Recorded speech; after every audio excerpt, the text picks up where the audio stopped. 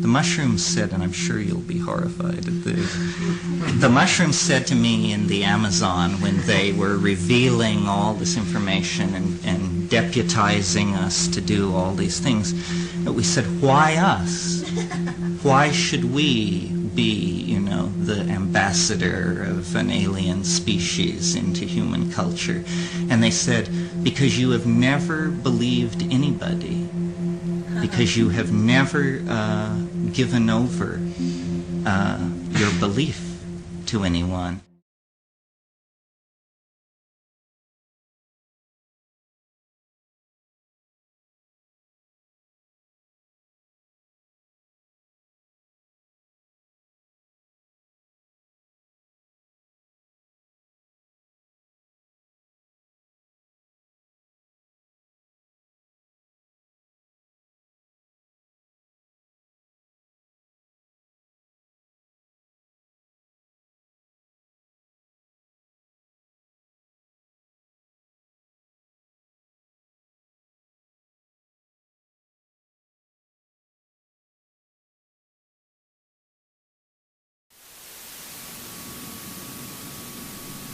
In 1971, I was 23, my brother was 19. I'd spent several years in Asia already, having been run out of Berkeley because of the revolution.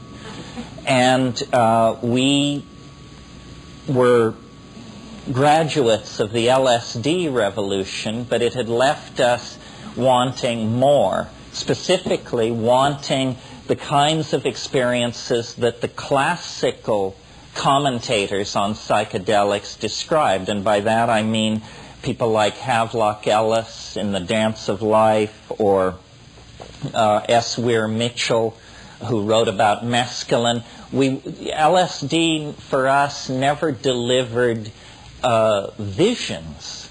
It delivered insight and feelings and complex thoughts, but not visions, not activity in the visual cortex that these classical commentators had led us to expect. And I had been in India for a number of years and pretty well managed to convince myself that whatever spirituality had ever been there, it had evaporated thousands of years ago, and that what we were left with was a very grasping and mendacious priestly hierarchy that was about as cynical as religion gets. And I was raised Catholic, so I know what I'm talking about. And so then we decided, well, where the gnosis must be is in the Amazon, where we knew there was a pristine Aboriginal shamanism based on hallucinogens. And I stress our youth because I think people imagine that you can only make contributions if you're old and laden with degrees and that sort of thing. And basically our pure, reckless inventiveness carried us further into the heart of the mystery than I would ever have believed possible. And I should say a little bit about the method, because I think it's important. Rationalism in confrontation with the weird edges is what's always worked for me. In other words, if you're a true believer, if you have some prepackaged philosophy, then you're going to miss a great deal because you're pre-programmed to ignore what doesn't fit into your model. And it doesn't matter what your model is. But if you are simply the open-minded skeptic / witness, and then if you push at the edges of the phenomenal world, go to the highest mountains, the oldest cities, the deepest deserts, the most remote jungles, and just simply put yourself in these circumstances, the cosmic giggle can get at you. It can't get at you if you're pursuing your job, delivering messages for Matthew and Son, or whatever it is you've got going. But if you will tear the human atom of your individuality out of the collectivity and set yourself into a wilderness, a desert, an uninhabited island, then this thing can rise out of the depths and communicate if it chooses, shape your life, for sure, blow your mind.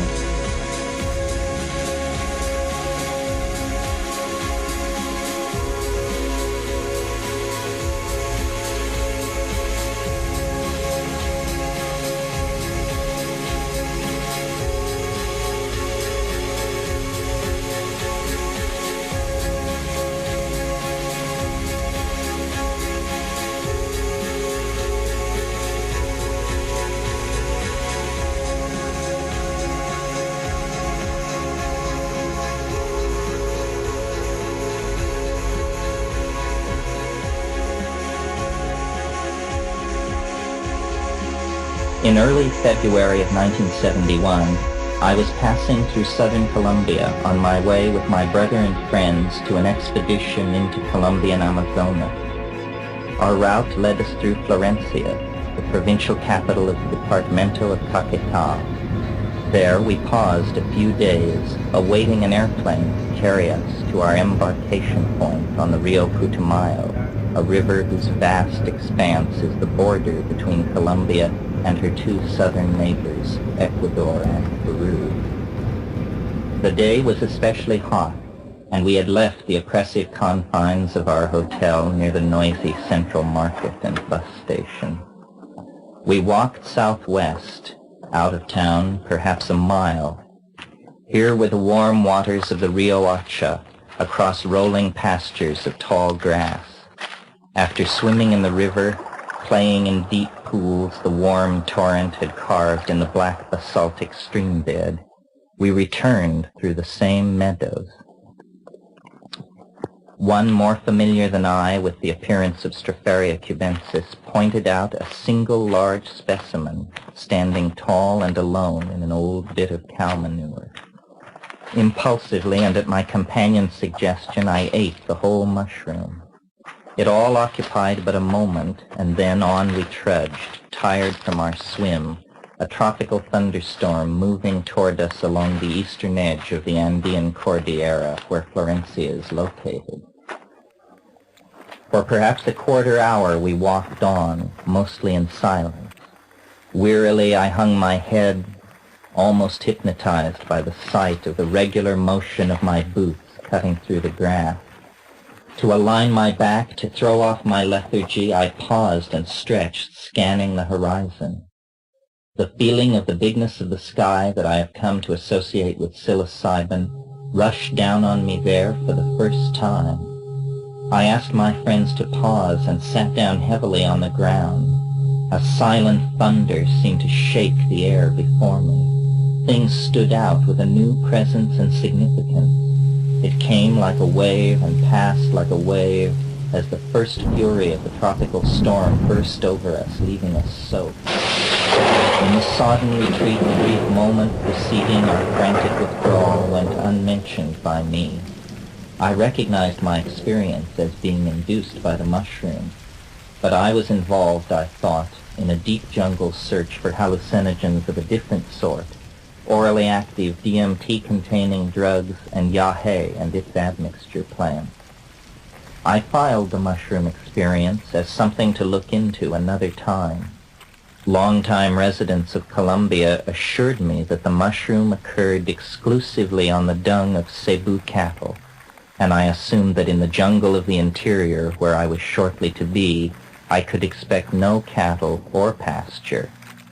I put the thought of mushrooms from my mind as I anticipated the rigors of the Rio Putumayo descent toward our target destination, a remote mission called La Chorrera. We'll just start with a song that was inspired by some experiences that Terence speaks about.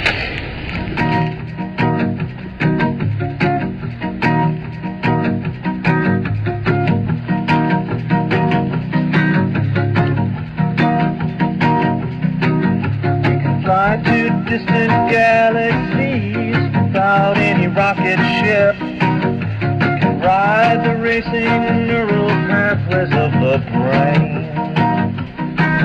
We can slither with the snakes in the swamps of the primeval jungle, yeah. We can jump to the geometries of the future light sound. Because inner and outer space are exactly the same, yeah. When you start hearing voices speaking inside of your brain, yeah, then you might start to feel just a bit like you're going insane, yeah, yeah. Inner and outer space are exactly the same.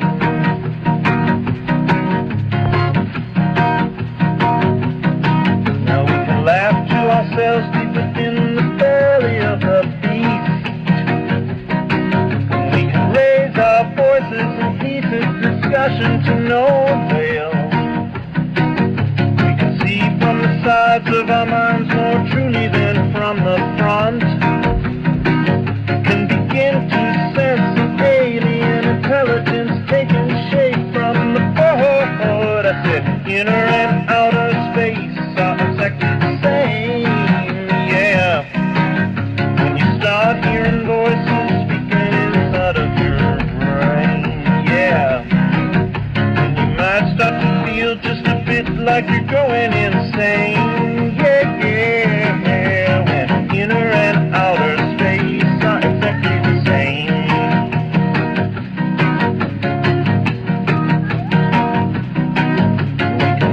Fantastic conspiracies about all the evil in the world. We can theorize and conceptualize till it no longer does us any good. We can cling to our thoughts till we just can't do it anymore, yeah, yeah. We can check all the excess baggage of our minds at the door. Because inner and outer space are exactly the same, yeah. When you start hearing voices speaking inside of your brain, yeah, you might start to feel just a bit like you're going insane. And maybe you are, because inner and outer space are exactly the same.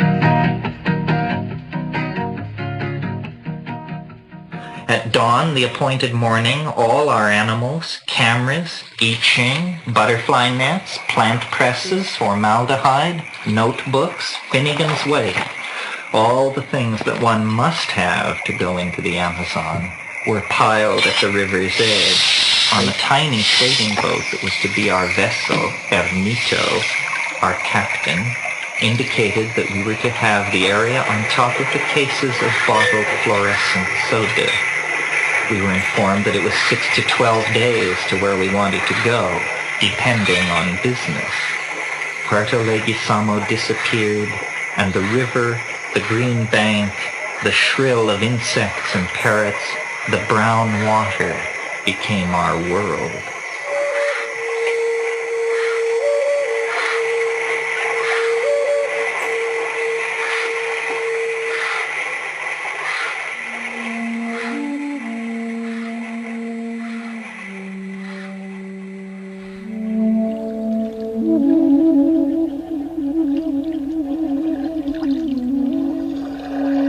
Out on the river, the past could enter the stillness and exfoliate before the mind's eye like some dark rows of interlocking casuistry, forces visible and hidden, stretching back into one's past. Migrations, religious conversions, discoveries make each a microcosm of the larger pattern of history on a scale of millennia.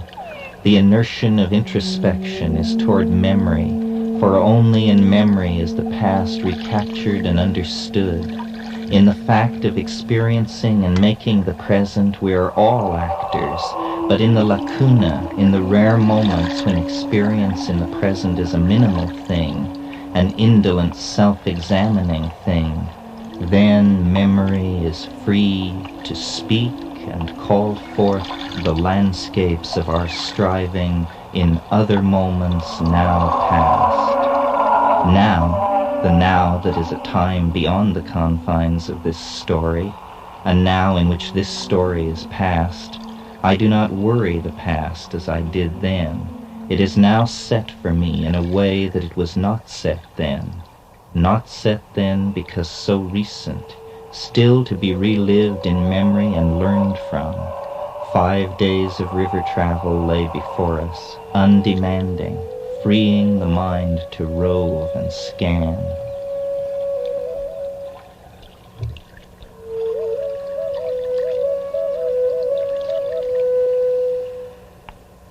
Two all-inclusive categories emerged in the world that was our vessel and crew and ourselves out on a broad river whose distant banks were no more than a dark green line separating river and sky. Two categories, the familiar and the unfamiliar. The unfamiliar was everywhere, drawing inane analogies into common conversation. The Putumayo is like the Ganges.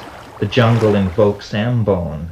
The sky is similar to the skies of the Serengeti Plain, etc. The illusion of understanding, a lame way of getting one's bearings. The unfamiliar does not give up its secrets in this game. The Putumayo does not become like the Ganges. The unfamiliar must become known as itself before it is correctly recognized.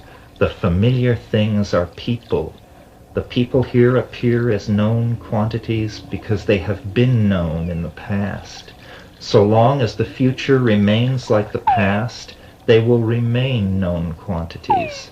Certainly this is not New York, Boulder, or Berkeley, but we are trying to become extra-environmentals, develop a sense of appropriate action that is never at a loss. It is the familiarity of these people that makes them windows in my imagination, opening onto the past.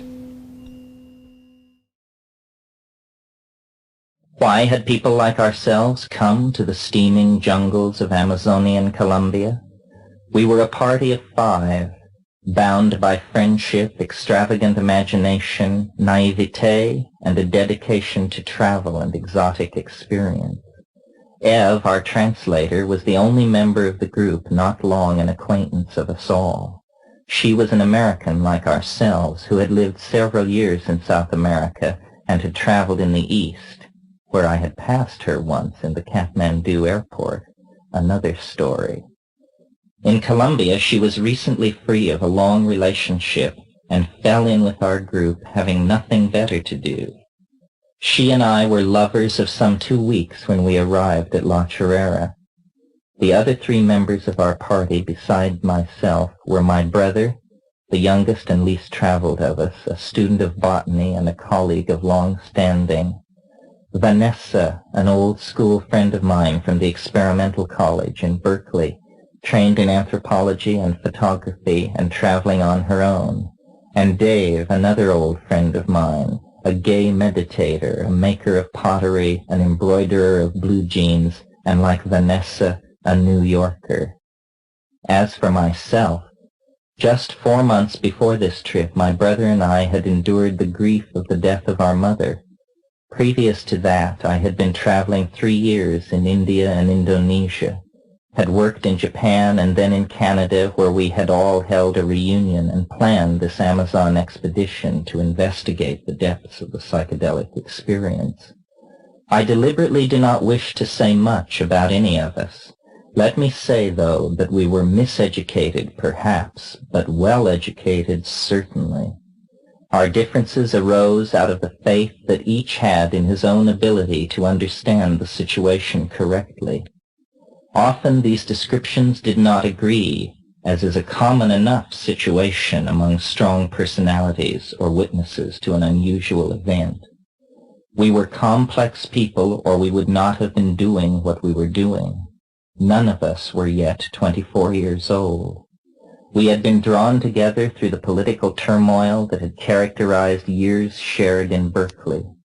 We had sorted the ideological options and had decided to put all of our chips on the exploration of the potential of the psychedelic experience as the shortest path to the sort of millennium that our radical politics had taught us to hope for.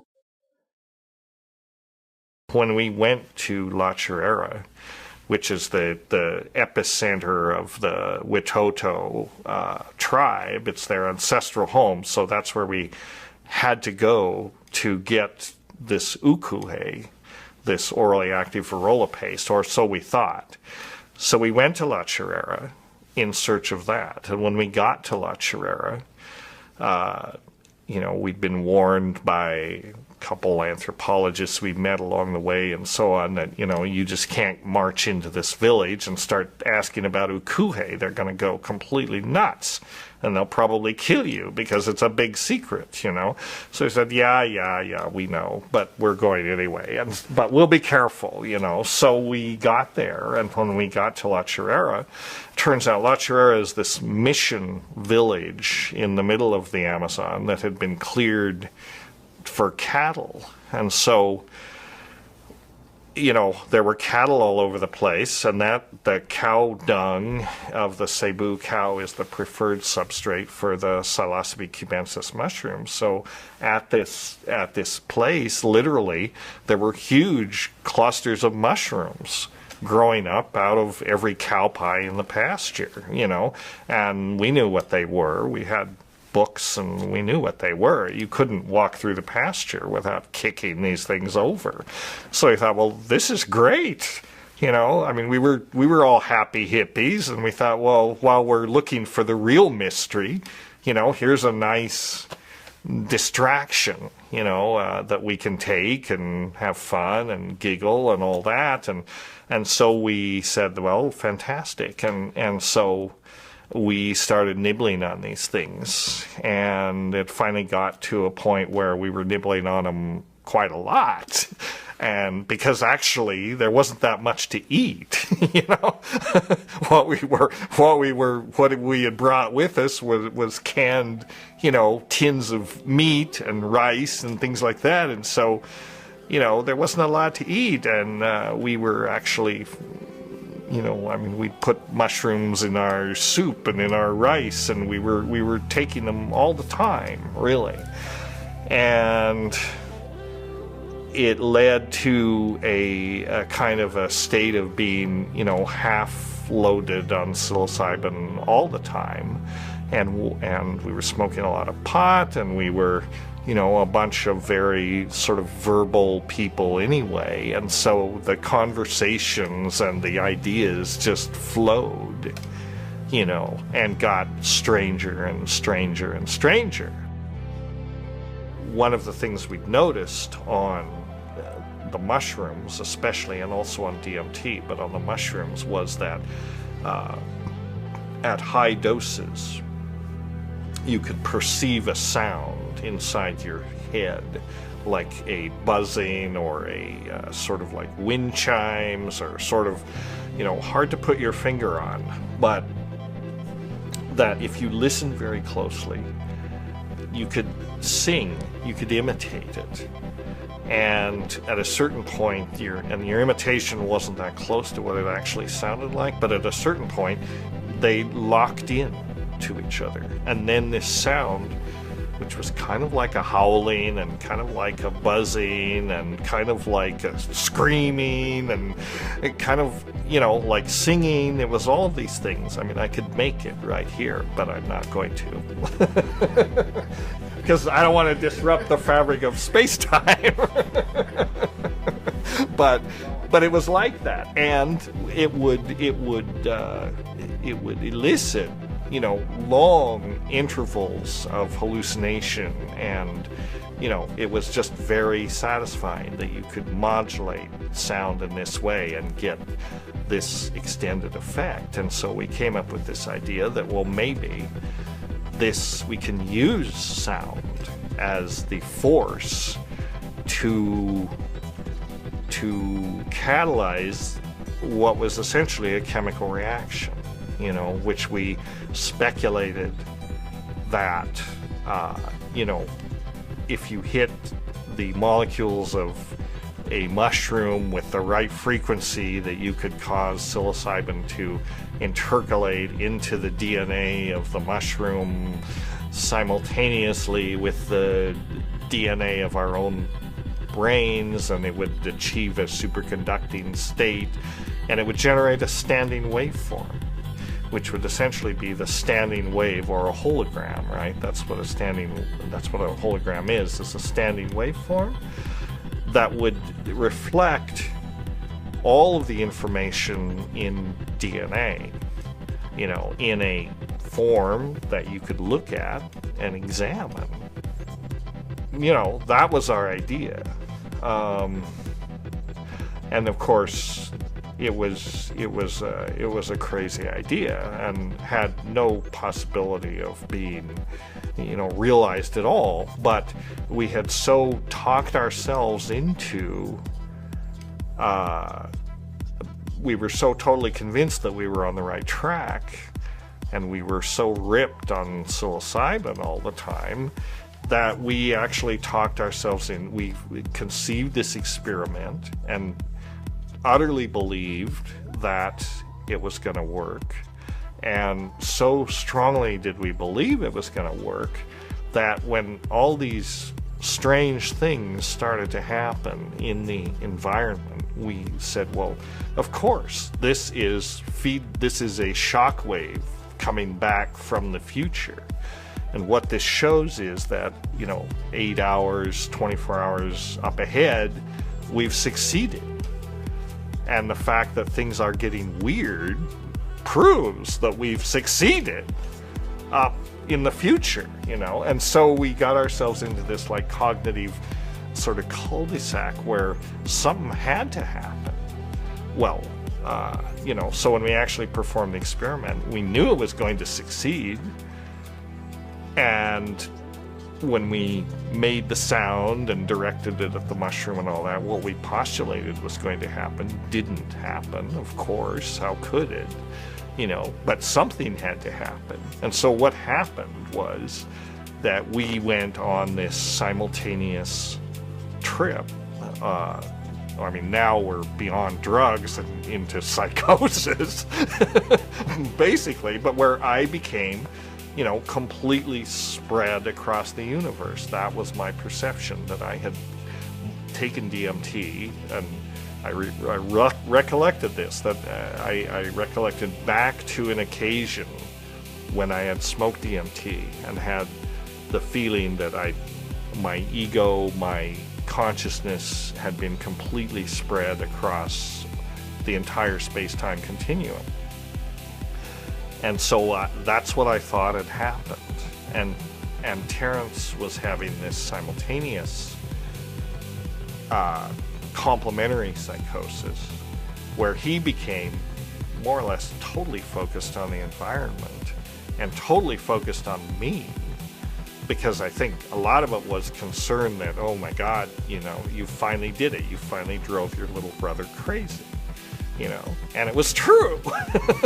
And so then he was all, you know, protective and all that, and he became very focused on me and on getting me back. In the meantime, I'm cruising, you know, all of space-time, and slowly over days, about 2 weeks, every 24 hours, I went through a process of reintegration, you know, where every 24 hours I became a little less literally spaced. I mean, it was, and because we were working inside this alchemical metaphor and the idea of the stages of this process, and because all of our companions there were although they were, you know, probably as loose as we were, but they were out of the loop at this point. I mean, they were just appalled. You know, they basically wanted to call in the airplanes and get us to a mental hospital and get the Thorazine as quickly as possible. But Terence and I, we understood each other. We knew what was going on. We could communicate. And Terence was holding them off and saying, no, just let this process go. And I'm very grateful to him that he did, because I think that's exactly what needed to happen. It was an integration process, which if it had been interrupted, I probably never would have recovered. But because we let it go its natural course, I came back together, more or less, utterly transformed. Not necessarily in a better way, but at least, I can put my shoes on and tie them and stuff like that. And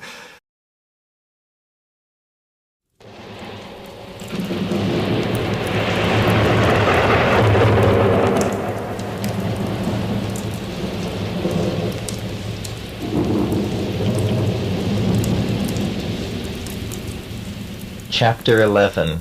The Experiment at La Chorrera. The night was absolutely black. A low-lying cloud bank had appeared, muffling the small world of La Chorrera and wrapping it in a bowl of all-absorbing velvet darkness. Following the storm, we had rebuilt our fire and had driven off several liters of water from our infusion of Banisteriopsis caapi. While I completed the boiling, Ev and Dennis went to their hammocks and lay down to await the completion of the preparations. We laughed together and talked softly. Yet in spite of this, there was an undercurrent of tension as we approached the experiment into which so much of our energy had been poured. It was very critical. They were becoming very clumsy and seemed to find their bodies hard to handle. It was that which had sent them to their hammocks. I said that I would do whatever needed attention.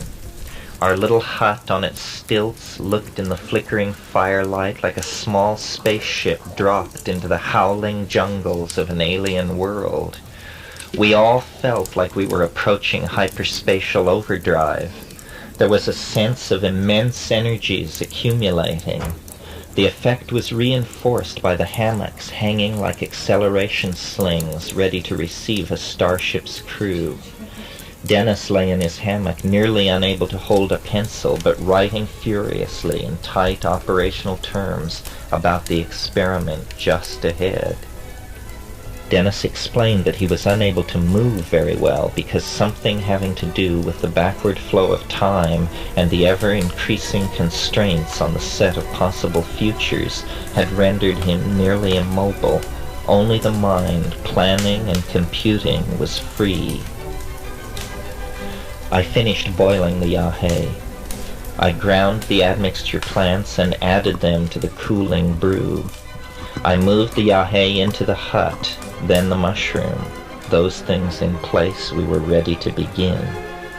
Prior to this point, we had taken no hallucinogens for several days. The effects we were experiencing were not arising from that source. Something else was happening. Dennis was now narrating our countdown toward an omega point that none of us could really understand. We were completely transformed with the expectation that possibly we would witness the outbreak of the millennium. It was Dennis who finally spoke. A series of quantized energy levels have to be broken through in order to bond this thing. It is part mythology, part psychology, part applied physics, who knows? We will make 3 attempts before we break out of the experimental mode. We all drank the yahe, sending it churning through our guts. Dennis took only 1 mushroom so that he could hear the tone. Darkness was utter, and we had no clocks. All was finally in readiness. The living mushroom, the harmine brew, the harmine smoking mixture. After we each had taken a half a cup of the yahe infusion, we settled down to wait. Dennis had been hearing the ESR tone that he deemed the sine qua non of what we were attempting for the past several days. After about 15 minutes, he announced that he could hear it more clearly and that it was gaining strength. He felt prepared to attempt the experiment at any time, he said. The candle went out and he sounded his first howl of hypercarbylation. It was mechanical and loud like a bull roarer and ended with a convulsive spasm that traveled throughout his body and landed him out of his hammock on the floor.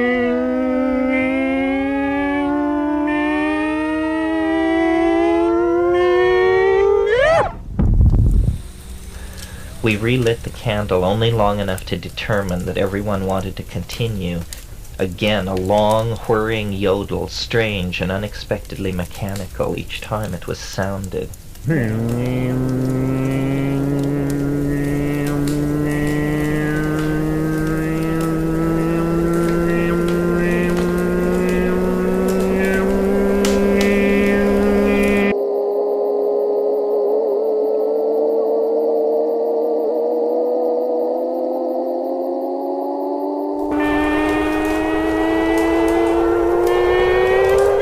I suggested a break before the third attempt, but Dennis was quite agitated and eager to bring it through, as he put it. We settled in for the third yell, and when it came, it was like the others, but lasted much longer and became much louder. It was like an electric siren wailing atomic attack over the still night jungle.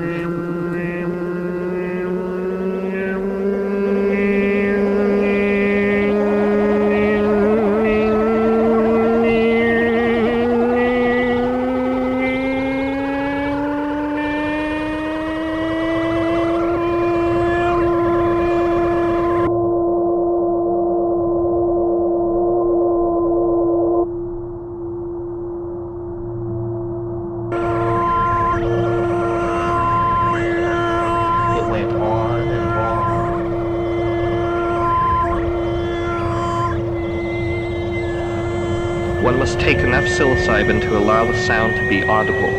This sound we understand to be the ESR of the resonating psilocybin alkaloids within the mushroom. The presence of rapidly metabolizing high-energy tryptamines within the yahe acts as antenna that sensitizes the neural matrix to the spin resonance energy of the Stropharia psilocybin. It is this principle that allows the signal to be made audible. It must then be amplified via the tryptamine admixture antenna to what is felt to be its fullest amplitude.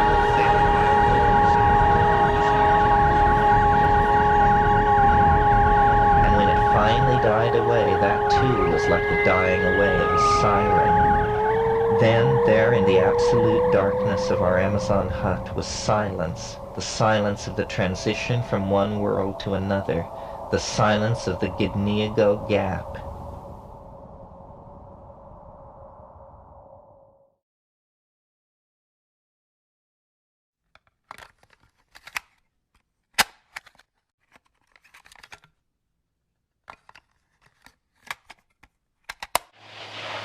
Terence described it to me he said, Dennis is totally broken through when he made the sound.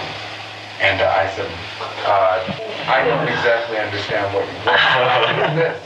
And he says, well, a lot of people don't see it, and it's best that they don't. But there's insect-like anthropologists studying this.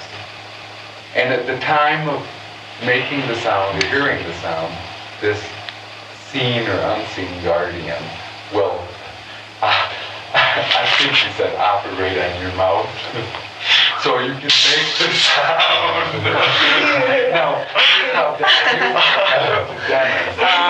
I know Here's how it happened to Dennis. There are insect anthropologists studying the human race? Yes, and it's about, I think he said 12 to 15 feet tall. Well, anyway, what happened to Dennis was, he was just out there taking a piss, but of course it was after at least a week of mushrooms. And he was taking a piss, and a light came out of the ground, and it just began to rumble up from inside him, and he blared out the sound. And after that, Dennis was changed. It was just like Terence. Before, when he came down, he was in his they're both very tall and skinny.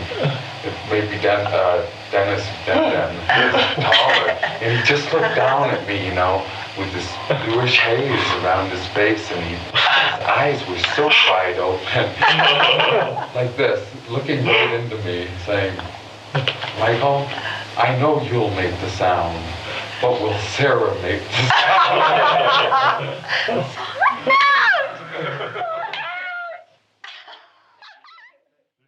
people who have never taken hallucinogenic drugs but have some mild interest in it, or just in the course of generally educating yourself about reality, I think people who have never taken psychedelics think that it's sort of like dreaming while you're awake, or geometric patterns, colors. They always say, the colors, malarkey, the colors, forget the colors.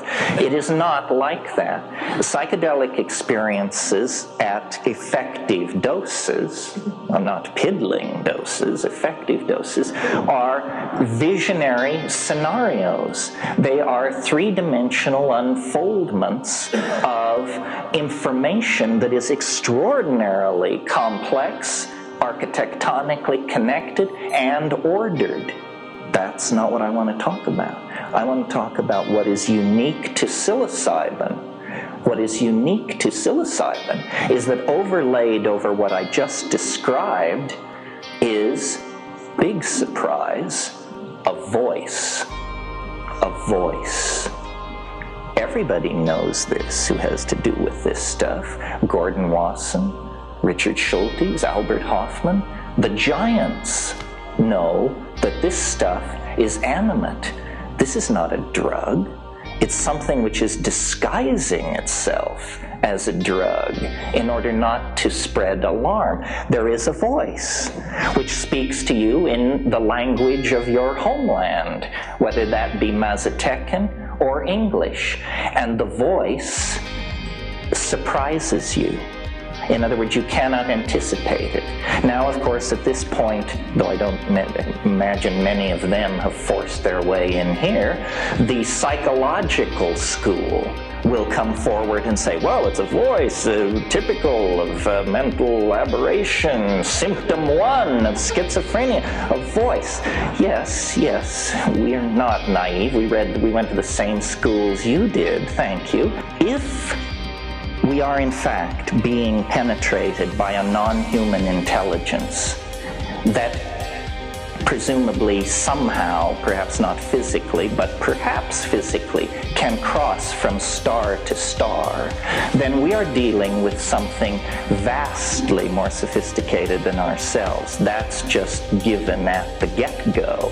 Well, if it's vastly more advanced than we are, then DNA sequencing, complete understanding of the molecular genesis of thought, so forth and so on, would be no problem for that level of technical sophistication. You would also like to think that ethics and good taste would keep pace with this evolutionary process. So to my mind, the idea of fleets of alien spacecraft filling the skies of Earth, that's as unsubtle as kicking down somebody's front door with an M1 tank to announce, we're here. I don't think you would do it that way. If you really wanted to study a aboriginal race and you really had a hot technology, what you would do is you would study their social psychology and you would say, are there any chinks in the armor of their expectations about how reality behaves? And you would discover, in studying us, this species intoxicates itself, and it has a curious attitude towards its intoxications. Anything goes. So if somebody drinks a pint of Stolichnaya and announces that they see pink elephants, we are all amused. We say, of course you do, you were drunk out of your mind. Isn't it obvious that an alien would hide its presence in an intoxication?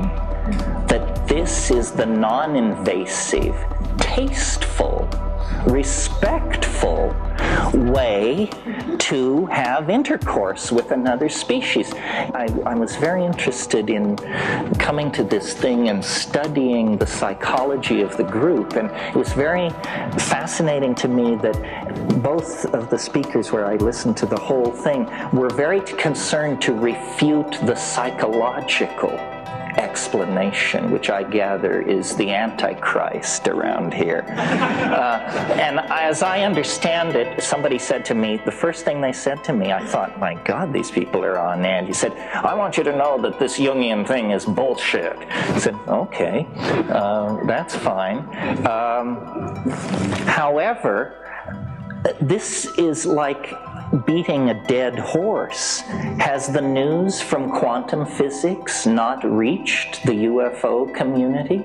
Is it not now thoroughly assimilated that an observer is necessary for reality to exist at all? It's all psychological. There's no distinction. And so these people who have such enthusiasm for beryllium ships from Arcturus or wherever should be informed, you know, same. So now what is physics telling us? Saying, folks, hold your horses here. It turns out the cheerful world of billiard ball-like atoms winging their way through Newtonian space is in for serious revision. It turns out that these particles aren't even particles.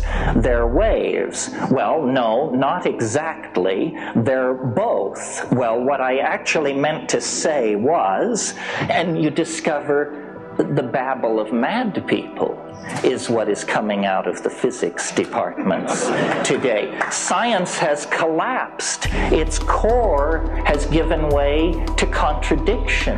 Carried far enough, the analysis of this stage will show you that it has no, quote, reality to it. Now this plays nicely right into my hands. Let's go back now to those drug-induced hallucinations. You know, I think every UFO investigator in the country, they have these forms when they come rushing out to your house when you report an 11-mile-long green cigars overhead. And the first question is, are you intoxicated? Do you have a history of taking drugs? What is your relationship to altered states? Most encounters with extraterrestrials take place in altered states. That's what altered states are. Reality is, you know, the tip of an iceberg of irrationality that we've managed to drag ourselves up onto for a few panting moments before we slip back into the sea of the unreal.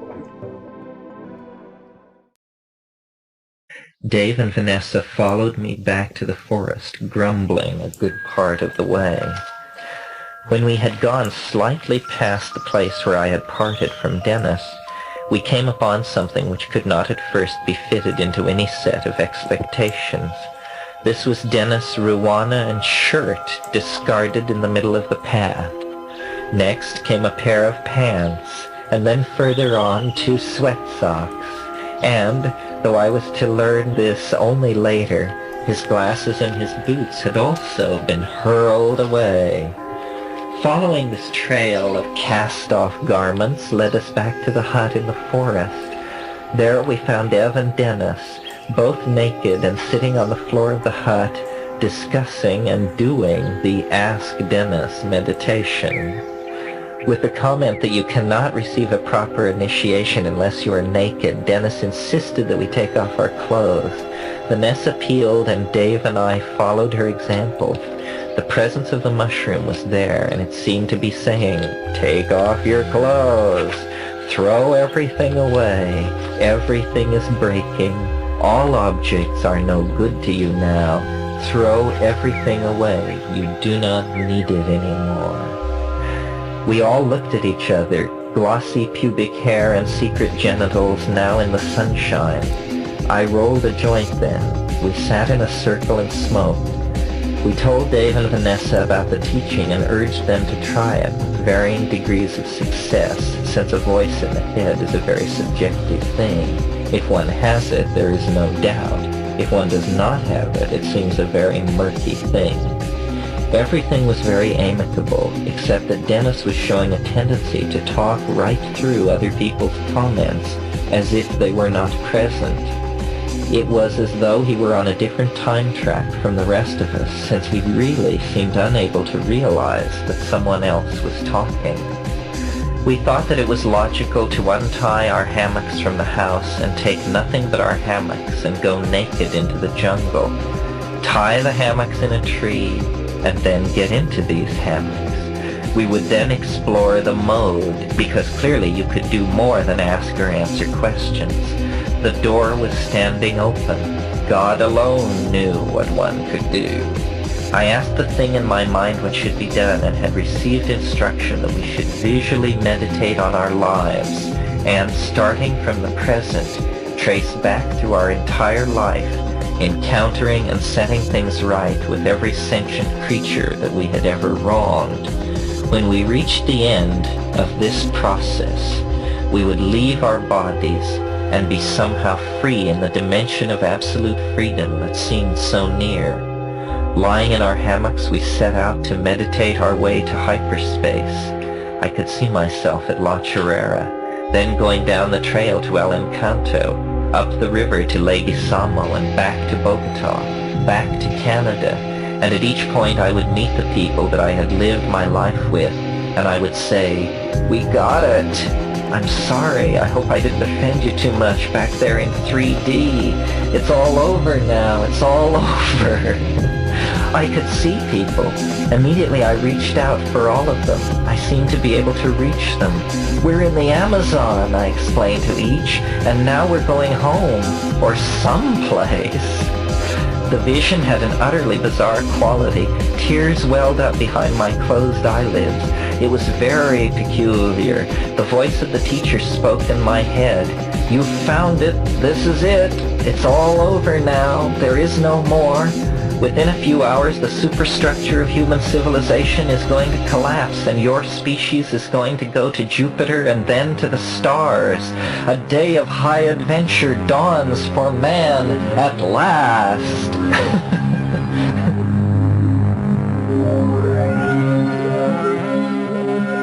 During this sleepless period, I sat one night on this laundry rock below the police house where Dennis was incarcerated, and he was more or less incarcerated because he refused to keep his clothes on, and anything put in a room with him he would hurl out the window. He even hurled the window frame out the window. So he was thorough.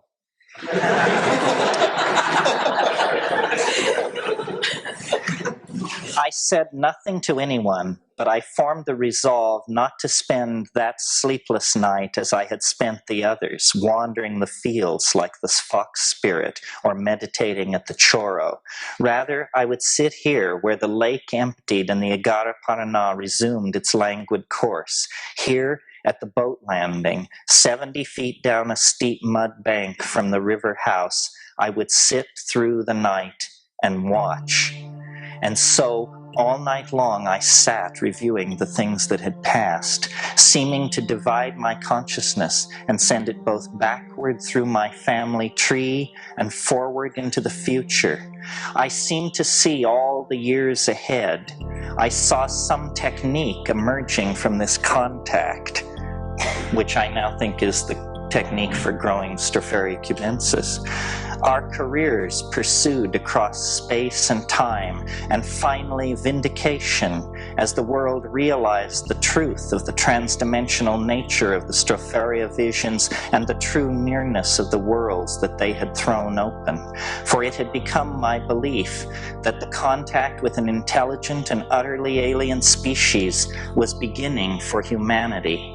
It seemed that out of the long night of cosmic time, the novelty of novelties, the moment of contact between minds on utterly different planes was beginning. We were among the first to achieve contact with this other species. It was the real thing. We had come to the equatorial jungle to explore the dimensions glimpsed in tryptamine ecstasy, and there in the darkness of the heart of the Amazon, we had been found and touched by this bizarre and ancient life form that was now awakening to the global potential of a symbiotic relationship with technical humanity. All night long, strange vistas and insights poured through me. I saw gigantic machineries and worlds of vegetable and mechanical forms on scales inconceivably vast. Time, agatized and glittering, seemed to pour by me like living superfluids inhabiting dream regions of terrible pressure and super cold. And I saw the plan, the mighty plan, at last. It was an ecstasy, an ecstasis that lasted hours and placed the seal of completion on all of my previous life. At the end, I felt reborn, but as what, I knew not. The mushroom is a transdimensional doorway which sly fairies have left slightly ajar for anyone to enter into who can find the key and who wishes to use this power, the power of vision, to explore this peculiar and naturally occurring psychoactive complex. We are closing distance with the most profound event a planetary ecology can encounter, the emergence of life from the dark chrysalis of matter.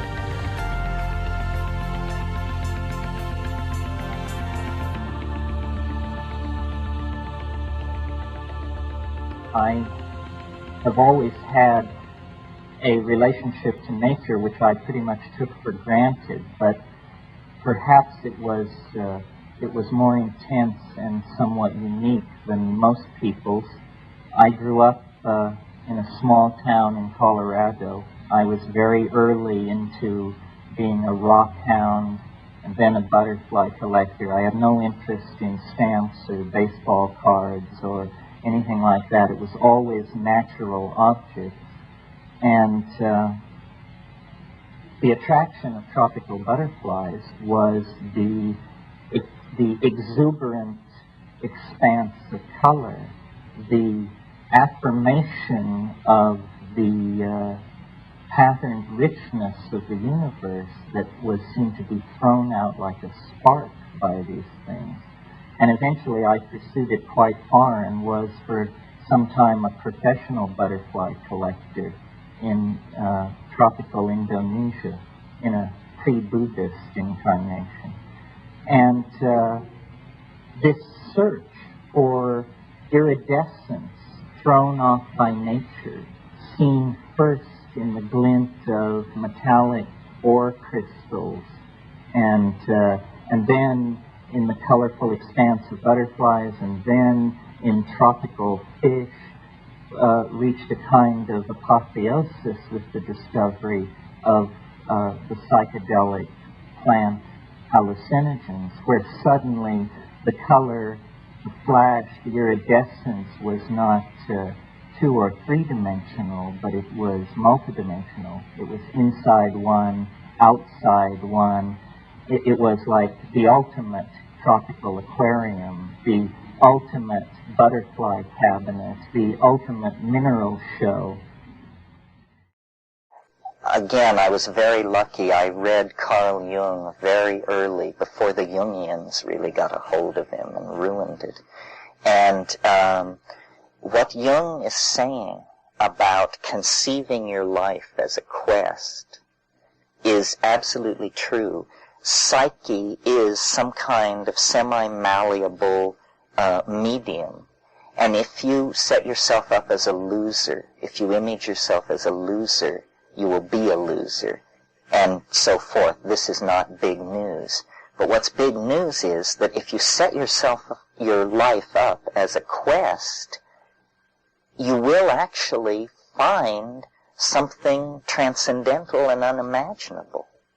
I mean, I am living proof of this because I set my life up as a quest for a perverse reason, to prove that there was no mystery.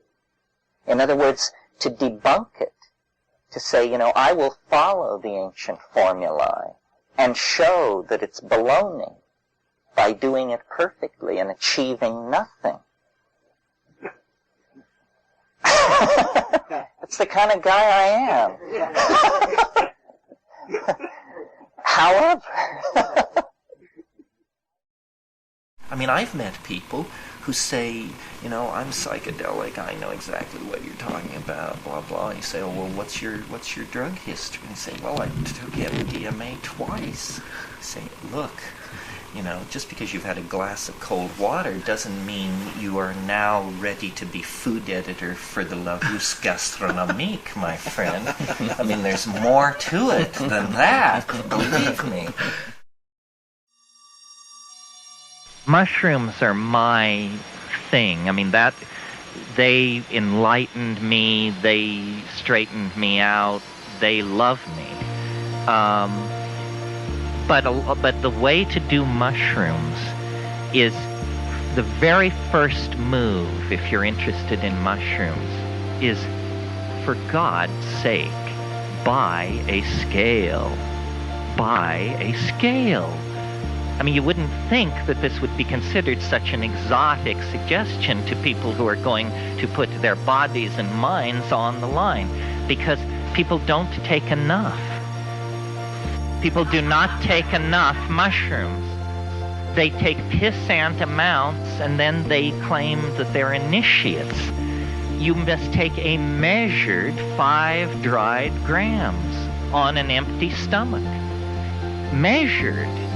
And when you see what that is, you'll realize that, you know, you weren't even camped in the atrium, you were camped in the driveway.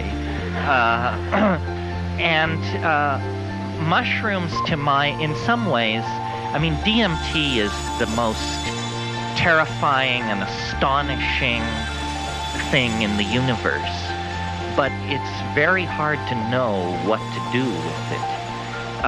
Psilocybin is your friend. It wants to teach. It will take you by the hand and forgive you and lead you and be with you. And it speaks. This is the amazing thing. And you're hearing this from, you know, somebody who graduated from Heidegger and F.H. Bradley. It speaks. No other psychedelic does that, in my experience. Occasionally, a phrase will pop into your head on another substance that is like a gift, an aphorism. But I mean, psilocybin raves. It raves. And it has positions. I mean, you may not like psilocybin as a person, because it is not... the astonishing thing about the psilocybin entity, to my mind, and I get good confirmation of this, is it is not very earthly. I mean, it wants to show you machines the size of Manhattan in orbit around alien stars. It wants to talk about the sweep through of the da-da-da-da, which happened before the Earth cooled, and it, you know, has seen the empires of the Rull out at the rim and all the rest of it. And it's very puzzling, this cosmic galactarian tone, because then you switch over to ayahuasca, which is literally just a twist of the molecule, just the tiniest tweaking of the molecule, and suddenly it's about childbirth, rivers, the land, the feminine, looking inside your body, curing diseases, feeling, telepathy, communication. It could hardly be more different, and yet chemically these things are like two sides of the same coin. Yes, first come the dancing mice, the little candies, the colored grids, and so forth and so on. But what eventually happens, quickly, like 10 minutes later, is there is an entity in the trance, in the vision. There is a mind there waiting that speaks good English and invites you up into its room. And what it is it's a voice in the head that people strove to attain for 1,000 years. This was the sine qua non of intellectual accomplishment in the Greco-Roman world, and the Logos told you the right way to live. And this is sort of what you get with psilocybin. You get a voice that can confound you with the depth and brilliance of its answers. This is what you want. And I've had over and over the experience of showing somebody what 5 grams is, and they're appalled. They say, my God, you can't be serious. I mean, I take a fifth that much, a fourth that much. Yeah, well, that's the problem. That's why you don't have elves in the attic and bats in the belfry like I do. A lot of people have said you're a hallucination nut. You're obsessed with hallucination. I freely admit it.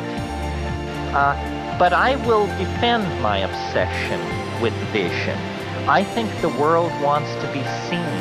I think Blake was right that the divine imagination is something beheld. And for me, the visions are the proof that this is not my mind. And the visions are the proof that this is not simply chemical chaos in the nervous system. And when we communicate with each other and understand each other, we instinctively reach for visual metaphors. I see what you mean. Look here, fella. She painted a picture. His words were so beautiful. It means that we really associate meaning with seeing something.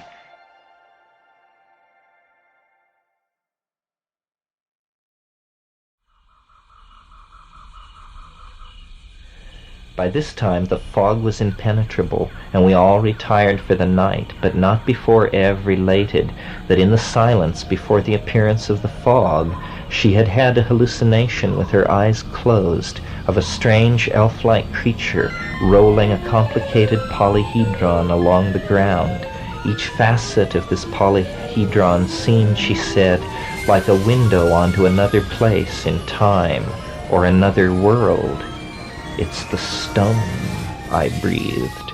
The lapis philosophorum, glimpsed in the Amazonian night, seemingly a great multidimensional jewel in the keeping of a telluric dwarf.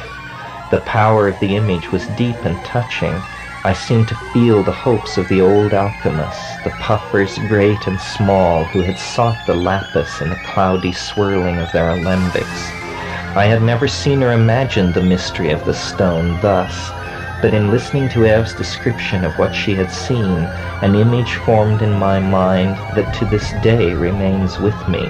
It is the image of the stone as hyperdimensional jewel become UFO, the human soul becomes starship. It is the universal panacea at the end of time. All history, the shockwave of this final unveiling of the potential of the human psyche. These thoughts, these reveries seemed then like the stirring of something vast, something dimly sensed, stretched out over millions of years, something about the destiny of mankind and the return of the soul to its awesome and hidden source. What was happening to us?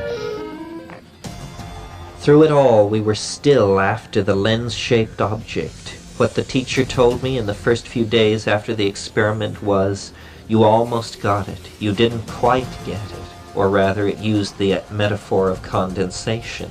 It is condensing. It was like a perfect alchemical metaphor. The stone is everywhere. It is here. Dennis would say, I can see it. It's 250 feet away, to the left, down near the water hole, hovering above the water. The world seemed filled with a near-bending wonder and power that assured me that all things were possible, and that the course of things in the light of this were moving in the right direction. Be amazed at nothing. You are to receive the kingship of the Father.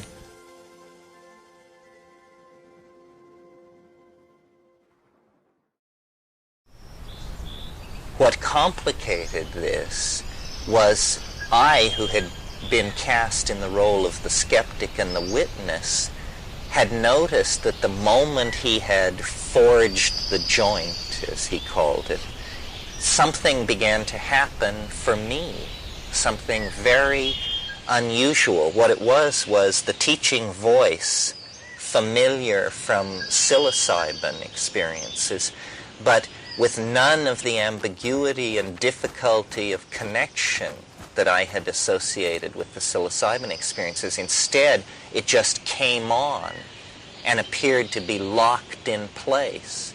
There was nothing but this voice, and it was talking at such a speed that I would walk these jungle trails like this. Uh-huh, uh-huh, yes, yes, yes. And it was just, you know, at that speed, not for minutes, but for months, you know. And what it was concerned to convey is what I now call the time wave. I was not an I Ching scholar, I was not a sinologist, I certainly was not a mathematician, but this inner prompting would give me no peace until I proceeded along this line to its conclusion. Well, I, of course, the bewildered recipient of this information, was trying to figure out, to get ahead of the game and say, you know, where is this headed? What is this thing trying to show me? And I decided it must be that what's happening here is I'm discovering an ancient Chinese calendar. Because, you know, there are 64 hexagrams and 6 lines in each hexagram. That gives a grand total of 384 lines, or yao. That's an interesting number. A lunation, a lunar cycle, is 29 point something days. Anyway, 13 of them are 383.89 days. It's within a decimal fraction of 384. And I thought, aha, I'm sort of like the guy who decoded Stonehenge or something. This is an agricultural calendar of 13 lunar cycles, and from ancient China, apparently. And of course, the obvious objection from people was, but what a lousy calendar. It slips 19 days per year against the sun. It's 19 days more than a solar year. But I think that there may have been a reason for that. You see, we in the West are static freaks, stability freaks. So we have a calendar that does not move against the fixed stars.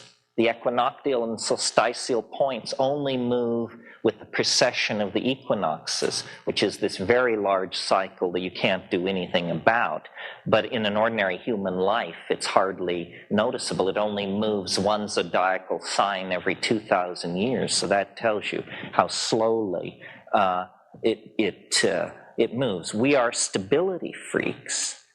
But if you had a calendar that precessed 19 days against the solar year, a lunar calendar, then you would have a calendar whose entire message was change, flux, flow.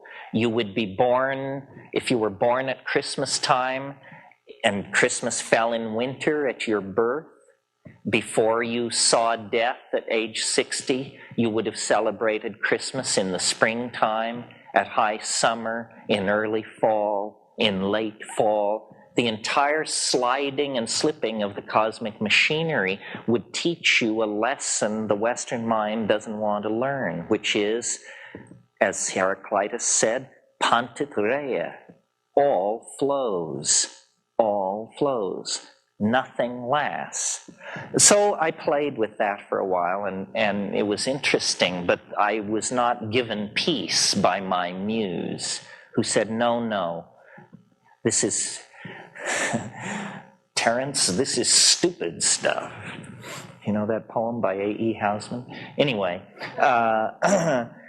there was more to it. And so finally I realized, or I was told, treat your wave as though it were the lowest unit in a modular hierarchy that is structured the way the I Ching is structured. Okay, so that sounds arcane, but I'll explain what it means. It's fairly straightforward.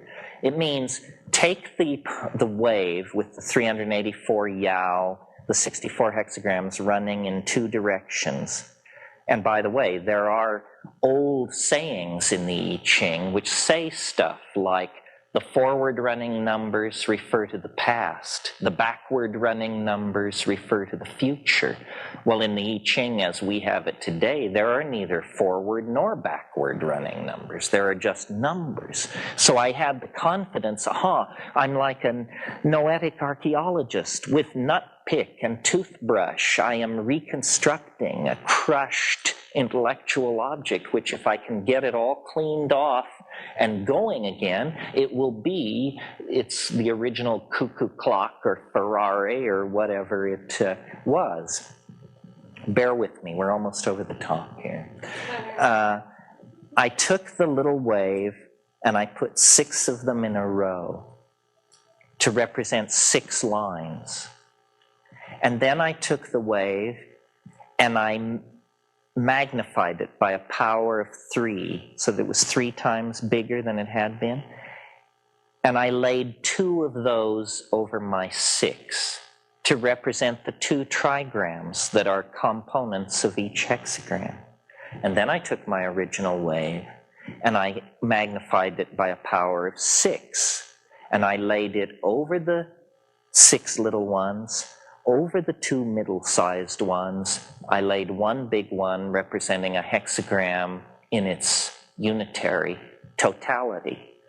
Well, and I felt a great sense of satisfaction when this was all done, and these had all been generated from the same point. And now what I had at this point was an 8.5-foot long piece of paper, graph paper, covered with colored pen strokes and tiny crab-like numbers, which I kept rolled in a bamboo tube, and I would corner people in dime stores and bus stations, and I would say, you know what this is? This is a map of history. This is a picture of time. This is how things happen. Well, it triggered a lot of alarm in my immediate circle, and my friends were having the what should be done meetings, you know, which it's always a bad sign when your friends hold meetings to decide what should be done. And finally, Ralph Abraham, who's a great friend and mathematician, he said to me, he said, you know what you have is an occult object. Nobody understands this thing but you. And it may make sense and it may not make sense, but the point is, no one can tell. And what you have to do if you want to be taken seriously is you have to take this structure and you have to turn it into an ordinary mathematical object so that fellow mathematicians can participate in this dialogue with you. Well, essentially, it was like telling a Hottentot to fly supersonically or something. I had no clue. I am not a mathematician. I had no clue. And I was sort of hoping Ralph would do it for me, you know, that I could con some smart guy into doing it for me. For me, Terence is a special person because of the breadth of his knowledge and the evidence of a phenomenal integrity within it. So, first of all, when we first met, Terence was persistent in asking me about mathematics, kind of mathematics that I was interested in at that time, that nobody else had even heard about. And as our relationship developed, I saw that he had this philosophy of time, let's say, or maybe even mathematical model for the structure of time. That is an odd thing for a person to be obsessed with. And from this obsession, he had to learn a great deal about history. So in our process of trialoguing, we find it very much enriched by Terence's phenomenal knowledge of history, and not only that, but his special way of saying it. This sort of, you're familiar with this here, a bardic skill so that whatever he says will have more effect than it actually deserves.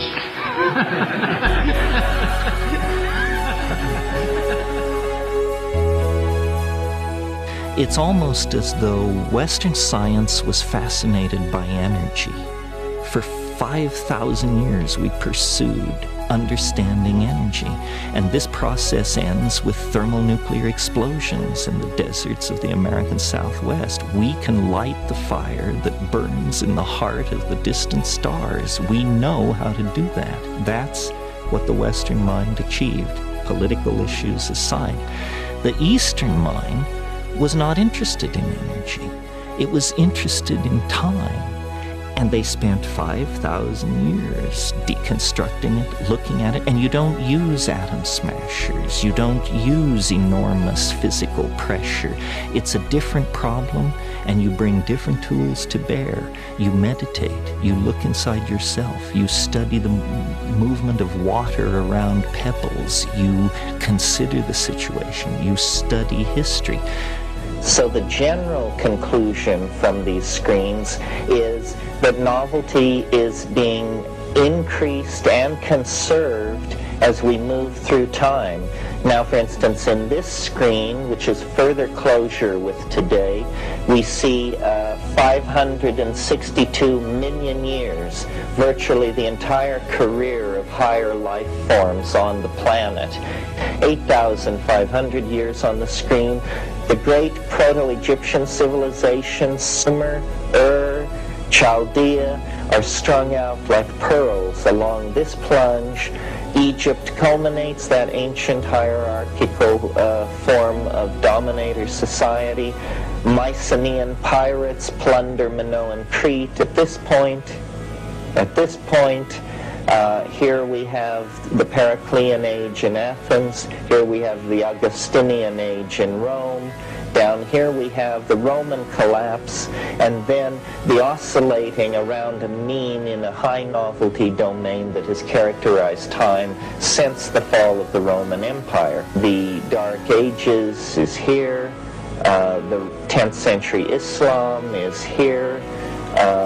The Black Death, the discovery of America, the European Enlightenment, World War II. Adolf Hitler becomes Chancellor of Germany. The atom bomb is dropped on Hiroshima. The summer of love is up here. Then the Reagan era stretches down through here, and the moment that we're currently living through is right down in here. Right there. Here we are. Right there, right there. This is this bump we were looking at. Then there's a descent into novelty that reaches maximum on the 8th of July. And then there's this very steep and prolonged period of habituation. Now, if we look at the past, you can see how these numbers have now changed. Now, today is seen to be roughly in resonance with 745 AD. The French Revolution is down here, going here. This is the Franco-Prussian War, the American Civil War. The 20th century begins right there. And Hitler becomes Chancellor of Germany right there. The moon landing is right there. And then everything we've been living through has followed on since then. It means that, any moment is a kind of interference pattern created by the moments in the past, many moments in the past. I mean, like this shows you, I think. This is so it's like synchronicities, in a sense. Except that it explains them a different way. Yeah. It replaces all that mumbo-jumbo about mystery. Synchronicity by saying, this is just the inner penetration of So on the past. way here, we passed a restaurant called Maya Palinka. Yes, you passed it at a moment on the short scales when you were probably going through the classic Mayan bump. And if one is sensitive to this, a weird kind of psychedelic associationism begins to spread through reality, and it's no longer seen to be just the product of its own past casuistry, but that it has relationships to the past and the future that are not linear at all, but that are linked through this strange algorithm.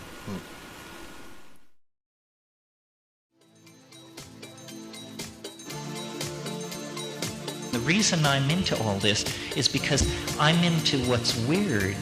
I always have been. I mean, I've always loved the bizarre, the outre, the stuff of the edge. And, you know, when I got to psychedelics, I thought I'd hit the main vein of sprung verse or something. I mean, if that's what you like, then this is your answer. You see, what the psychedelic is going to do is it's going to destroy your whole world, your whole conception of your world. And some people, that's tremendously liberating. They say, wonderful, at last I'm free of it. Other people say, my God, now I'm hopelessly mad. I have nothing left to cling to. I've really done it this time. And so that's almost an aesthetic judgment. Whether you like watching your world shredded before your eyes and made into nonsense, if that makes you feel liberated and secure, then you can sign up for this carnival. If that alarms you, I think best to stick to the tried and true. It's not for people of weak psychic constitution. And what shamanism is about is, I mean, I know someone who says of the mushrooms, my goal with taking mushrooms is always to be able to stand more. And they don't mean higher doses, they mean more of what it reveals. And I feel like that. I mean, the mushroom speaks. I didn't really stress this in my talk, but the strange, the confounding fact about these mushrooms is that they speak to you in plain English. And this is completely unexpected. How can such a thing be? I mean, one is dumbfounded in the presence of this. And yet, by being able to have an I-thou relationship to this thing, you open up yourself to what is essentially a magical dimension, a dimension of allyship with this thing. I come to this completely as a rationalist. I mean, I am more scientist, more rationalist than anything else. I am very uncomfortable with my position in the New Age. I hate all that stuff. The quartz crystal suppositories and the channeling of dead Egyptians and all this horrible stuff which goes on. I mean, it's just an affront to the thinking mind. But when I encountered these psychedelics, I said, my God, skepticism is the proper path. And I believe this. It's not to believe, it's to test. I said to the mushroom once, why us? Meaning my brother and me. Why us? And it said, because you don't believe in anything. You know, you're not a believer. And so it's a real thing. It's a real mystery. It will not yield to reason. It's a tremendously well-kept secret. I always like, my favorite story in the Gospel is the story of Thomas the Doubter. Because remember, he wasn't present when Christ came to the upper room the first time after the crucifixion. And so then Thomas came a couple of days later, and the apostles said to him, they said, the Master was here. He was here.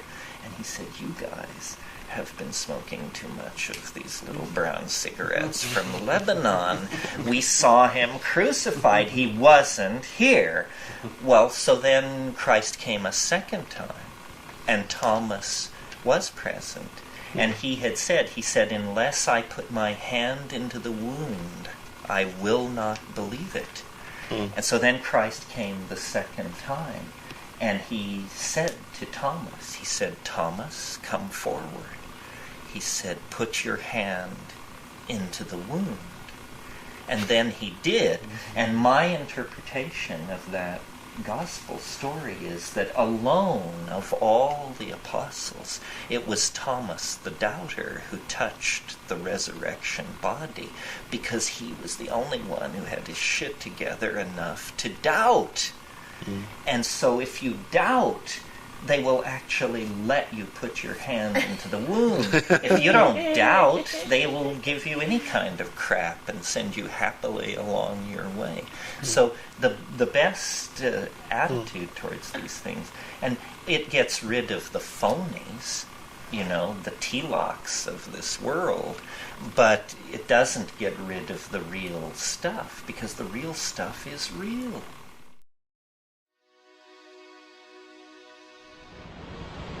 The truth does not require your belief.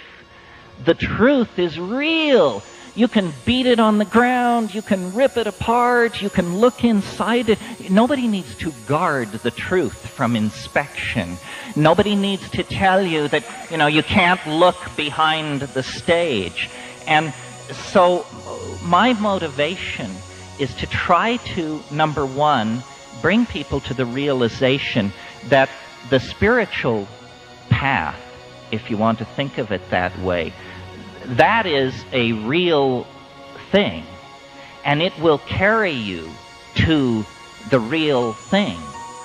All spiritual disciplines that I know, except for psychedelics, put a great deal of emphasis on putting the pedal to the metal. Push, push, push, you know, meditate, make offerings, do mantrayana, do pranayama, do puja, push, push, push. With psychedelics, suddenly there's a very deep interest in, and where are the brakes? You see? You're no longer pushing. Once you get to the psychedelics, seeking is an attitude which ill becomes you. You have found it. You have found it. Now, what in the hell are you going to do with it?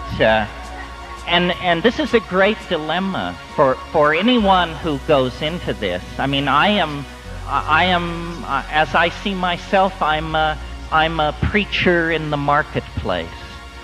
But I know, and I'm sure most of you know, that I could walk out of here, you could walk out of here, and you could go as far as your courage would carry you.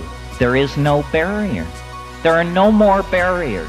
You can go as far as your fucking courage will carry you. And at that point, you have to ask the question, you know, do I want to be the mad monk of Cold Mountain?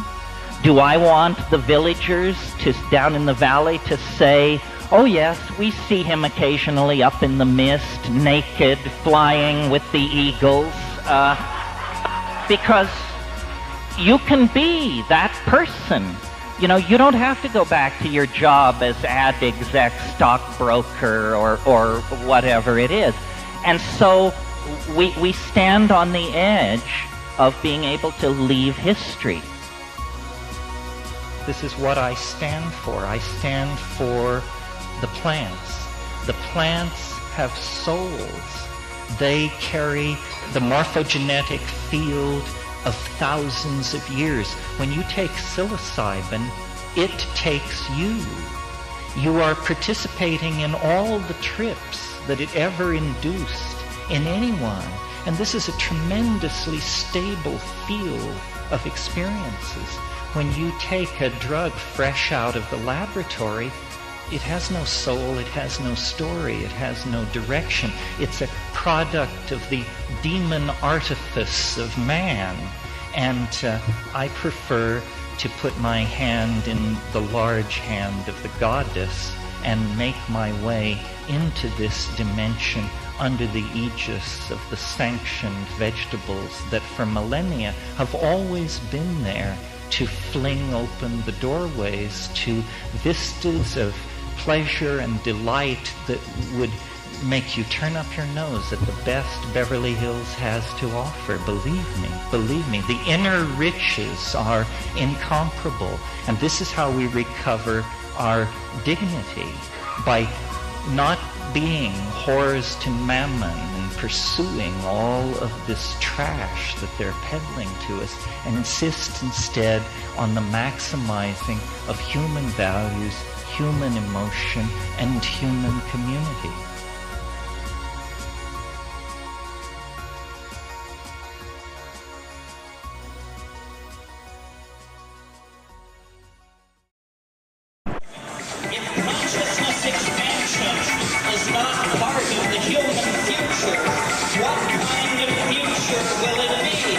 All technology really means, in the McLuhan sense, is the extensions of man.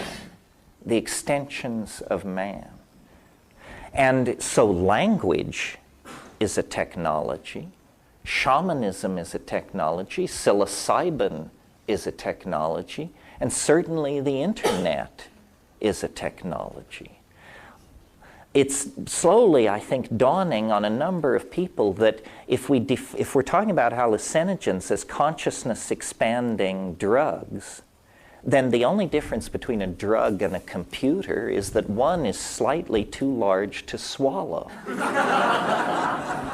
And our best people are working on that problem, even as we speak. The drugs of the future will be much more like computers. The computers of the future will be much more like drugs. Well, I think of it, it's a way of writing, and I see three main elements. The first is to write about immediate perceptions in a fantastic way, to think of the things that are happening as being science fiction adventure, perhaps, unbelievably strange, but yet they're the real things that happen to you. Another point in transrealism is that you tend not to know how the work is going to end, such as one of my novels or this film. It's not clear how it's developing. The form is emerging organically. And if you could predict it, it wouldn't be truly alive. A third feature is to use immediate situations and immediate characters, because those are the most unpredictable. Example, we didn't know it before we came here, but Lisbon, or LH94, is a resonance of San Francisco. It's a city with a suspension bridge in front of a bay. So transreally, we're here in the pudding. So it's like admitting the weirdness of ordinary existence, it sounds like. If the writer can predict the end of the book, so can the reader. The book can't be interesting. Is it simply a theory of writing? Why couldn't a person live this way? You can surely live in a transreal way. Is that schizophrenia? It could be. But there can be fun madness, where you're permuting the world. Once upon a line I met a lonely girl to whom I took a fancy. Thank you for the present tense, she said. I do believe I share your sympathies. Oh, the ocean flows so lovely. Oh, the wind does blow so free. Birds are on the water, fish are in the air, they fly for In a movie, I made a speech about once upon a time I met a pretty girl to whom I took a fantasy. Here's Terence getting his makeup put on. It's not to get beautiful, huh? Hi, Terence. Otherwise they think I'm a very bad. This is right. Okay, here's my makeup. Okay, here's Terence McKenna. Terence, explain what it is that we're looking at here. This is the monument to the departure point of the great Portuguese navigators who explored Africa and girdled the world in the 14th century. Because they had the superior technology of the astrolabe. That was what gave them the edge up. Cool. So Robert, Anton Wilson. Robert, you want to make a statement? Bob, hi. Hi. Say hi to Dennis. Hi, Dennis. Well, the age of navigation. We're going to navigate out into the...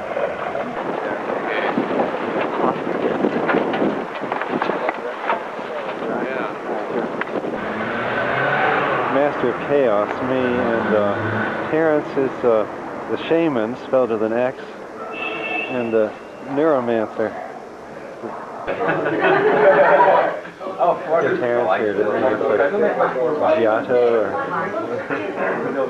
or nice of those tiles, Terence. Sort of like a Greco Christ, you know? Well, there was a young gaucho named Bruno who said about sex, there is one thing I do know. Women are fine and boys are divine, but the iguana is numero uno.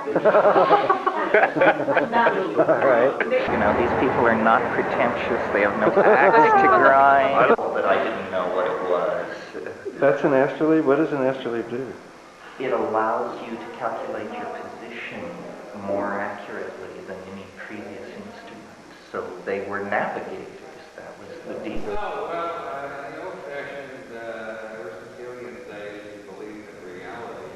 Mosquito flies make one reality. Here we are In Lisbon. Smoking a hash cigarette. They say. Maybe it's just hand-rolled tobacco, you never know. No. Getting ready for the afternoon shooting. This is the easiest job I ever had. And talk for an hour, and then answer questions for an hour. Yeah, I usually just give scientific lectures. Shooting outside today.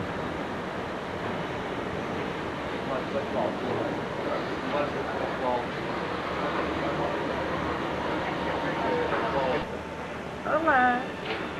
Good morning. Kind of, this street is called what? Rue Auguste. Uh-huh. It's a kind of street for the novelties. Novelty? Yeah.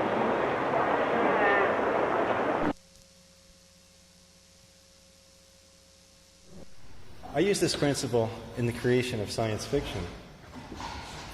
But it sounds like it could be a philosophy of life as well. That's an interesting point, Terence. You have a very active con man's mind. Transrealism as a philosophy of life. Yes, your life is the supreme work of art, which you're creating as you go along. Everyone is an artist. Their work is their life. Pay attention to your immediate perceptions, take them seriously, but interpret them in a fantastic way. Well, as I experience life, it is fantastic. So really, this is a call to realism, to admit the presence of the cosmic giggle, to not suppress it in the name of some linear notion of plot or expectation of how reality should be.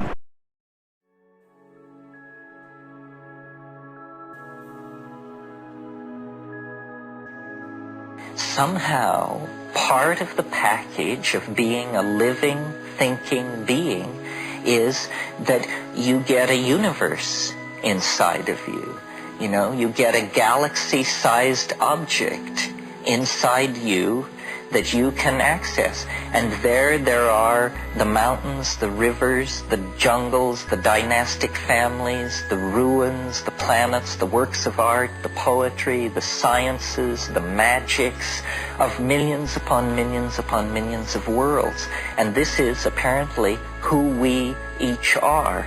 We're a little bit of eternity sticking into three-dimensional space and for some reason occupying time in a monkey body.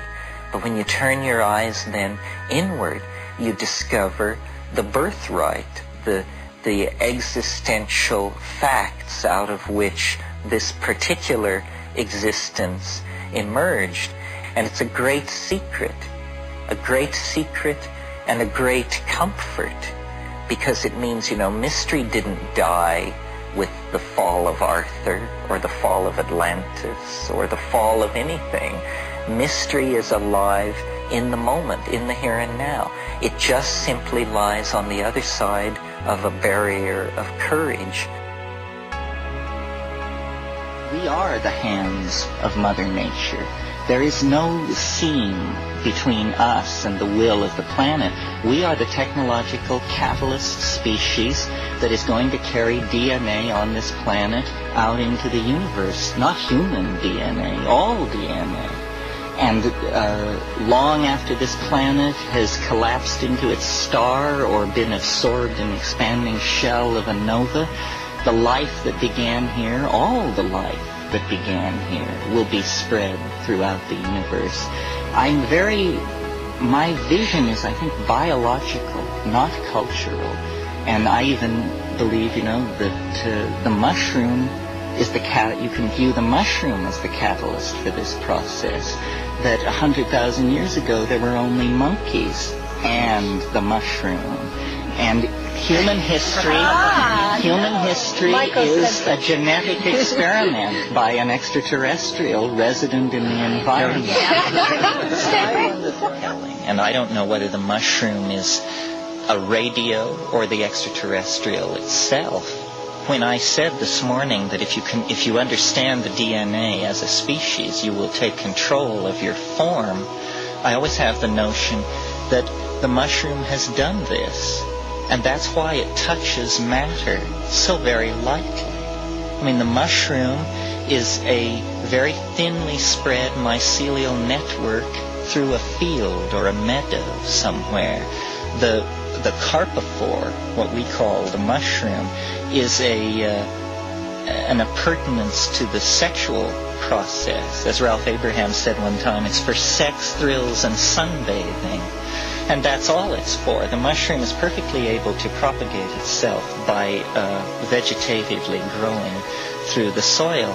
But the mushroom, if we believe it is an entity, it lives in its own imagination. It has gotten so rid of a physical form that all it is a little bit of white stuff in the soil and a raging trip in an unknown dimension, which you can only slice into by allowing it to translocate into your nervous system. And then it continues to give off its experience of itself, which is an immersion in pure imagination.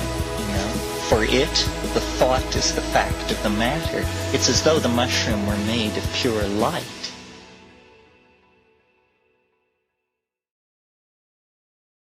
Ralph mentioned my latest book, and I don't intend to talk about the book particularly, but in the book I quote the only piece of poetry in the whole thing, not written by me. I now see that I seem to have lost it. Oh no, here it comes up. But it relates to this on many, many levels, this question of illusion and the relationship of the self to the real and where the world falls in that equation and the limits of knowledge and all that other good psychedelic stuff that needs to be considered. The quote is from Pale Fire by Vladimir Nabokov, and if you don't know this book, you should. It is without doubt one of the funniest books in the English language, and it takes the form of a very long poem and then the commentary upon this poem. The poem is written by a character that Nabokov creates named John Shade, and the part that I want to call to your attention this evening runs like this. That rare phenomenon, the iridule, when, beautiful and strange, in a bright sky above a mountain range, one opal cloudlet in an oval form reflects the rainbow of a thunderstorm which in a distant valley has been staged, for we are most artistically caged. Now, this is a very strange piece of poetry. This is not like even Wallace Stevens at his most obscure. In the first place, this word, the iridule, you won't find this word in any dictionary. And yet I sensed that this is obviously the word for this phenomenon. I know what he's talking about. I have seen this opal cloudlet in an oval form, which reflects the rainbow of a thunderstorm in a distant place. We're in the realm of mirage, and nature as mirage, and nature as mirrored labyrinth. In the gray of a false dawn, the wave of internal imagery faded away. I rose from where I had been sitting for hours and stretched. The sky was clear, but it was still very early, and stars were still shining dimly in the west. As I stretched and stood up on the flat stone where I had been sitting, I noticed that the line of fog seemed to have grown darker, and now seemed to be churning or rolling in place. I watched very carefully as the rolling line of darkening mist split into two parts, and each of these smaller clouds also divided apart. It took only a minute or so for these changes to be executed, and I was now looking at 4 lens-shaped clouds of the same size, lying in a row and slightly above the horizon, only a half-mile or so away. A wave of excitement swept through me, followed by a wave of definite fear. I was glued to the spot, unable to move, as if in a dream. As I watched, the clouds recoalesced in the same way they had divided apart, taking another few minutes. The symmetry of this dividing and rejoining, and the fact that the smaller clouds were all the same size, lent the performance an eerie air, as if nature herself were suddenly the tool of some unseen organizing agency. As the clouds recoalesced, they seemed to grow even darker and more opaque. As they all became one, the clouds seemed to swirl inward like a tornado or a waterspout, and it flashed into my mind that perhaps it was a waterspout, something I still have never seen. I tried to shout, but no sound came from my fear-constricted throat. The siren sound was gaining pitch, and in fact, everything seemed to be speeding up. The moving cloud was definitely growing larger rapidly, moving straight toward the place where I was. I felt my legs turn to water and sat down, shaking terribly. For the first time, I truly believed in all that had happened to us, and I knew that the flying concrescence was now about to take me. Its details seemed to solidify as it approached. Then it passed directly overhead at an altitude of about 200 feet, banked steeply upward, and was lost from sight over the edge of the slope behind me. In the last moment before it was lost, I completely threw open my senses to it and saw it very clearly. It was a saucer-shaped machine, rotating slowly, with unobtrusive, soft blue and orange lights. As it passed over me, I could see symmetrical indentations on the underside. It was making the whee, whee, whee sound of science fiction flying saucers. My emotions were all in a jumble. At first I was terrified, but the moment I knew that whatever was in the sky was not going to take me, I felt disappointment. I was amazed, and I was trying to remember what I had seen as clearly as possible. Was it real in the naive sense in which that question is asked of UFOs and tables and chairs? No one else saw this thing, as far as I know. I alone was its observer. I believe that had there been other observers, they would have seen essentially what I have reported. But as for real, who can say? I saw this thing go from being a bit of cloud to being a rivet-studded aircraft of some kind. Was it more true to itself as cloud or aircraft? Was it a hallucination?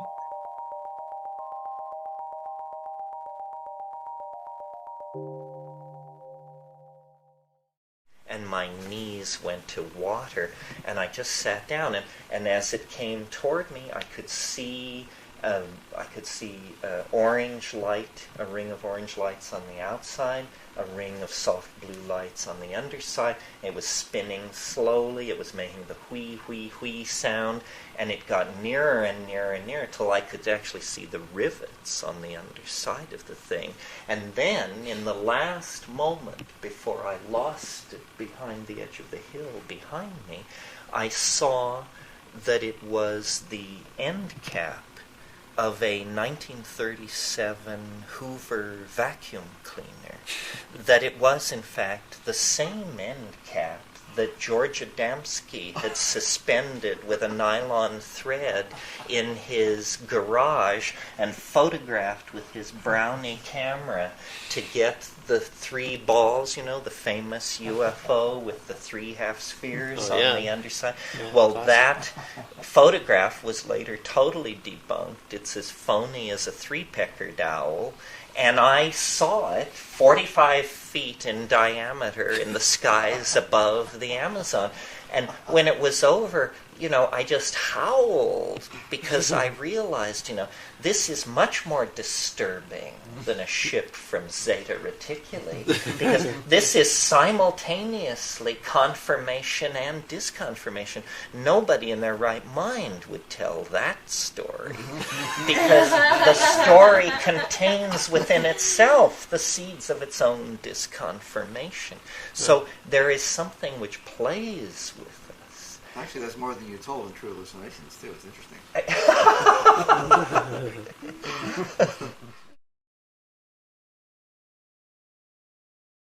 In the late summer of 1975, Dennis and I decided that the world we were exploring required a wider audience so that some consensus concerning what was going on could be established.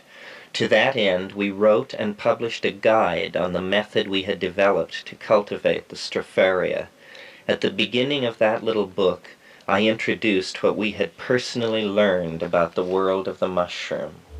The mushroom speaks, and our opinions rest upon what it tells eloquently of itself in the cool night of the mind.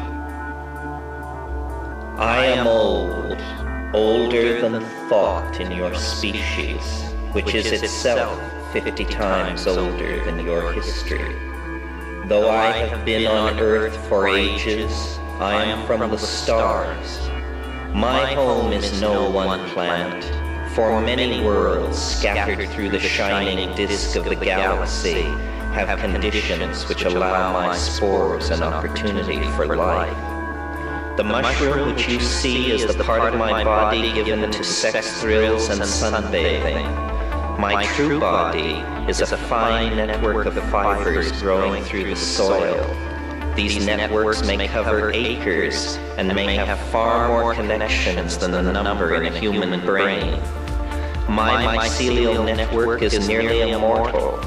Only the sudden toxification of a planet or the explosion of its parent star can wipe me out. By means impossible to explain because of certain misconceptions in your model of reality, all my mycelial networks in the galaxy are in hyperlight communication across space and time. The mycelial body is as fragile as a spider's web, but the collective hypermind and memory is a vast historical archive of the career of evolving intelligence on many worlds in our spiral star swarm. Space, you see, is a vast ocean to those hardy life forms that have the ability to reproduce from spores, for spores are covered with the hardest organic substance known. Across the eons of time and space drift many spore-bearing life forms, in suspended animation for millions of years until contact is made with a suitable environment. Few such species are minded. Only myself and my recently evolved near relatives have achieved the hypercommunication mode and memory capacity that makes us leading members of the community of galactic intelligence. How the hypercommunication mode operates is a secret that will not be given lightly to humanity, but the means should be obvious. It is the occurrence of psilocybin and psilocin in the biosynthetic pathways of my living body that opens for me and my symbiotes the vision screens to many worlds. You as an individual and mankind as a species are on the brink of the formation of a symbiotic relationship with my genetic material that will eventually carry humanity and Earth into the galactic mainstream of the higher civilizations. Since it is not easy for you to recognize other varieties of intelligence around you, your most advanced theories of politics and society have advanced only as far as the notion of collectivism. But beyond the cohesion of the members of the species into a single social organism, there lie richer and even more baroque evolutionary possibilities. Symbiosis is one of these. Symbiosis is a relation of mutual dependence and positive benefits for both of the species involved. Symbiotic relationships between myself and civilized forms of higher animals have been established many times and in many places throughout the long ages of my development. These relationships have been mutually useful. Within my memory is the knowledge of hyperlight drive ships and how to build them. I will trade this knowledge for a free ticket to new worlds around suns less forsaken and nearer galaxy center. To secure an eternal existence down the long river of cosmic time, I again and again offer this agreement to higher beings, and thereby have spread throughout the galaxy over the long millennia. A mycelial network has no organs to move the world, no hands, but higher animals with manipulative abilities can become partners with the star knowledge within me, and if they act in good faith, return both themselves and their humble mushroom teacher to the million worlds all citizens of our star swarm are heir to. Look what's going on with Santa Claus. First of all, Santa Claus's colors are red and white, the colors of the Amanita muscaria, for sure. Santa Claus lives at the North Pole. What does this mean? It means that Santa Claus lives at the Axis Mundi, where Yggdrasil, the magic world ash of Welsh mythology, has taken root. Santa Claus flies. This is what shamans do. Santa Claus is the master of the reindeer, the animal most associated with the Amanita muscaria. Santa Claus is aided in his work by troops of elves. And what is the work of Santa Claus? To build toys for children. Remember the DMT things saying, look at this, look at this. Well, those were off-duty elves, clearly. So here are all the motifs. And I believe that for children in our culture, that all the Christer stuff is not what Christmas is about.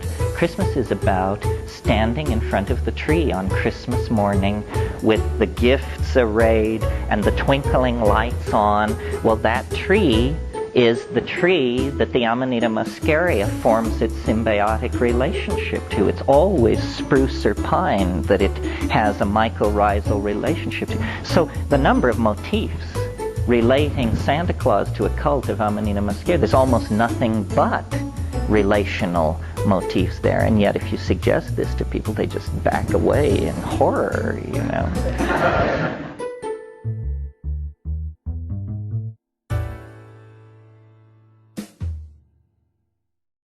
Something that we always kick around at these things, or I always bring it up in some form, is where do the hallucinations come from?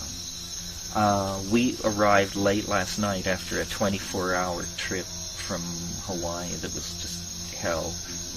or as much hell as modern airlines can legally inflict upon it. and got stoned, and then we were laying there, and it always happens when you're cut off from cannabis for long periods like that.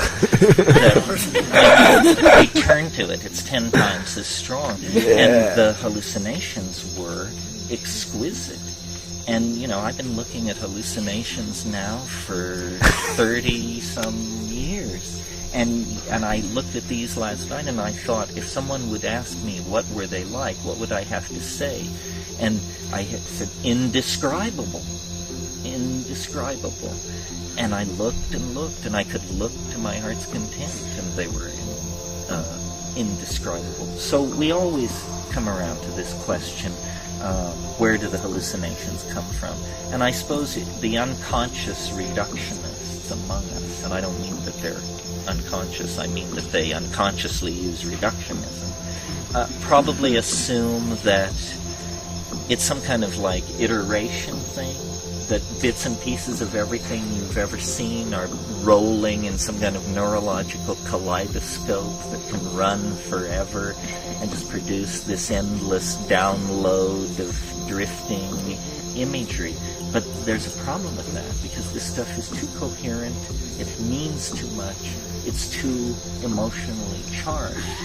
Well, we have never really rallied as a group to try and locate in our combined opinions the one or several sources of these images. And I think that, and I talked a bit about this last year, but I think this is legitimate perception of thoughts, places, things, times, and objects that either have existed somewhere in the universe, or do exist, or have existed in the minds of beings somewhere, sometime in the universe. In other words, that we have to begin to take seriously the consequences of generalizations like quantum connectivity.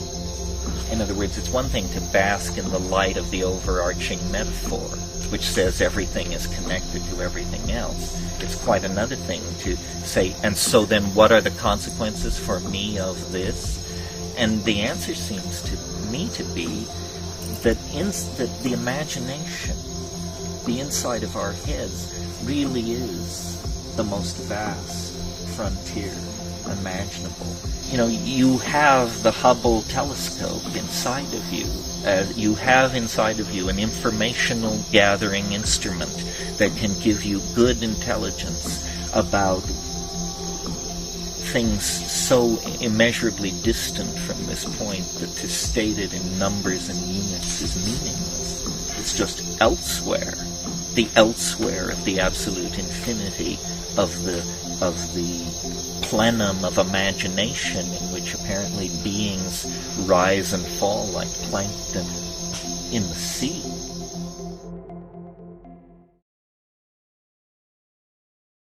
I'm not an abuser.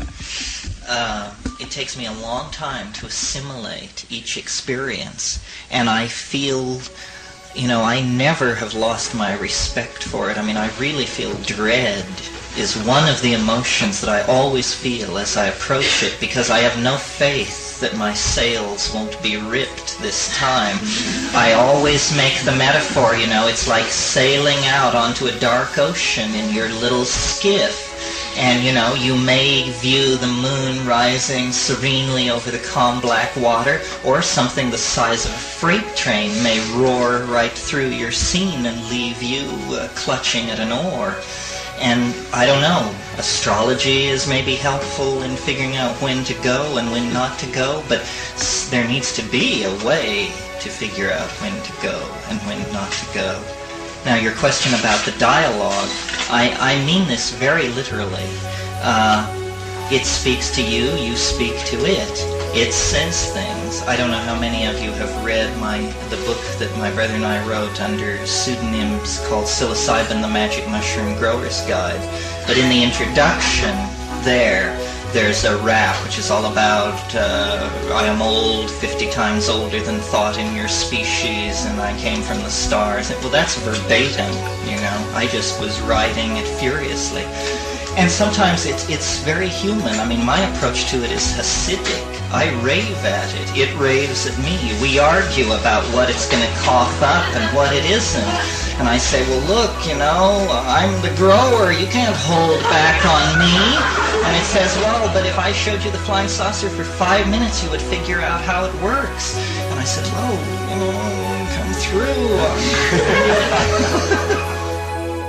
And my plea to scientists, administrators, and politicians who may be listening to my voice is to look again at psilocybin, to not lump it with the other psychedelics, to realize that it is a phenomenon unto itself, and it has an enormous potential for transforming mankind, not simply transforming the people who take it, but it is like an art movement or a mathematical understanding or a scientific breakthrough. It holds the possibility of transforming the entire society simply by virtue of the information that is coming through. This is a source of gnosis, and the voice of gnosis has been silenced in the Western mind for at least 1,000 years.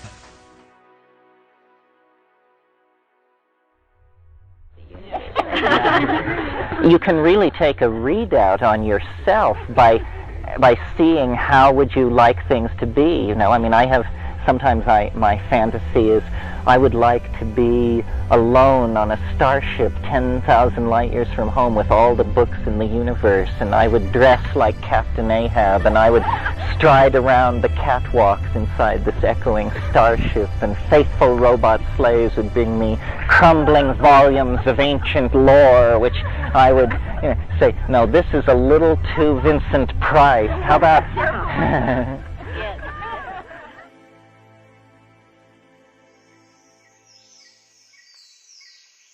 I've told the story about how in the Amazon, when all this stuff was breaking loose, I went through this period where very calmly and deeply and without having any need to tell anyone, I thought, I came to the opinion that I was like enlightened. And it was this very low-key thing. It was all about appropriate behavior. This was the cognitive hallucination that I was having. It was about appropriate behavior. And I had this idea there's an appropriate way to do everything. And if you do it the appropriate way, no energy will be lost. And so you become like superconducting. You become like some kind of super Tai Chi character where you just do things so niftily that there's no problem, whether it's plucking a flower or moving a boulder. And I was told, when you think, sit on the ground. There were all these teachings, and they were very simple. They were things like, sit on the ground, stupid. And, use your fingers. That was a big teaching. Use your fingers. So one of the things I was into was how you wash the pot. We had one pot. It was this little enamel pot. And we would bake it over a fire, and we baked beans and we baked rice and all these terrible things that would get scum on the bottom. And so it was a big deal about drawing lots for who washed the pot. Well, I discovered in my enlightened state that we had been doing it all wrong. And that if you would go down to the water with the pot and take sand and pat it very, very lightly in the bottom, and then say, please, that then all you had to do was pour water into the pot and swish it around and empty it like that, and then when you looked in, it would be like Drano, it would just be blinding white. And I did this several times, and I thought, how appropriate a miracle this is. This is a real miracle. I mean, this is just simple stuff. It's totally here and now. It's absolutely Taoist. It's completely, you know, on and on. So then I had a critic in our crowd. And so I thought that I would enlighten the critic by a wordless demonstration of my obvious command of the howling Tao. So I invited the critic to accompany me to the river. And I said, and now notice that I pick up the sand, I pat it into the bottom, I'm not agitating it. I look into the sky and I say, please. And then I put water in it and I swish it around. Voila! I said, is something supposed to happen? And I look and the crud adheres. And then this person says, you know, I pity you. And I would pity you more, but you alarm me.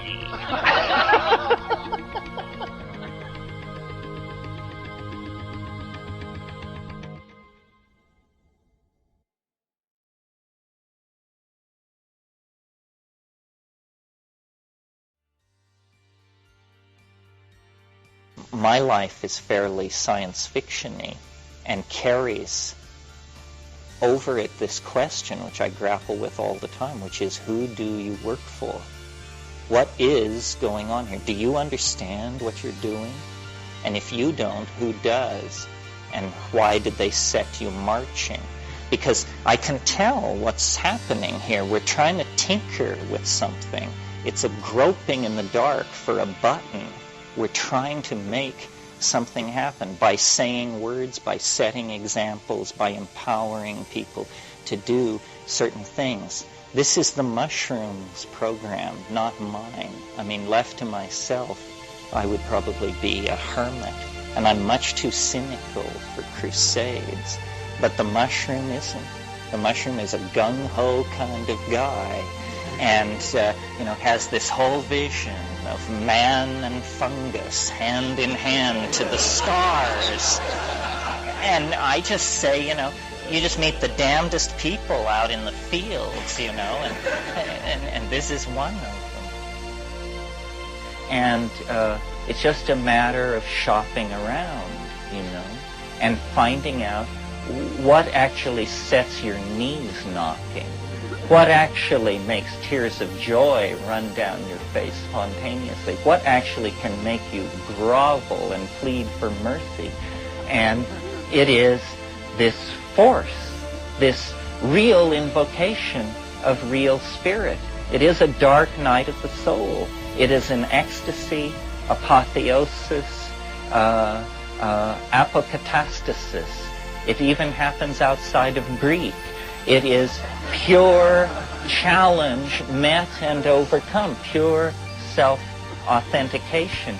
And in a world where we are just buffeted, used, set against one another, misled, misconstrued, lied to, and controlled, nevertheless, you can just push between the tents of Carnival Row and walk out into the woods, and there you find the spiritual life waiting.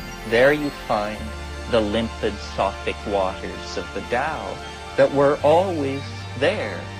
And it's a matter of courage. Nature loves courage. Nature is an infinitude of doorways opening into authentic being, calling to us with the voice of our ancestors, the spirits of the planet, the time travelers that rove the centuries ahead of us, and who knows what else. The whole fact of being is a palpable, ongoing, continuous miracle. And we know this. We feel it. I'm saying this because I'm glib, but we all know it.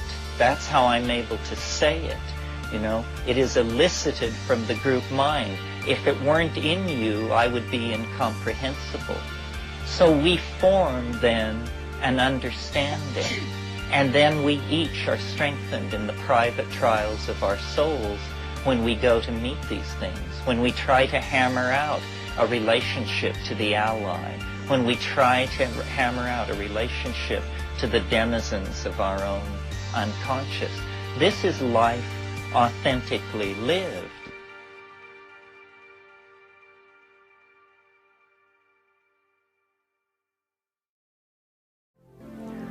There is building in global society an increasingly intense expectation of the intervention into human history by UFOs.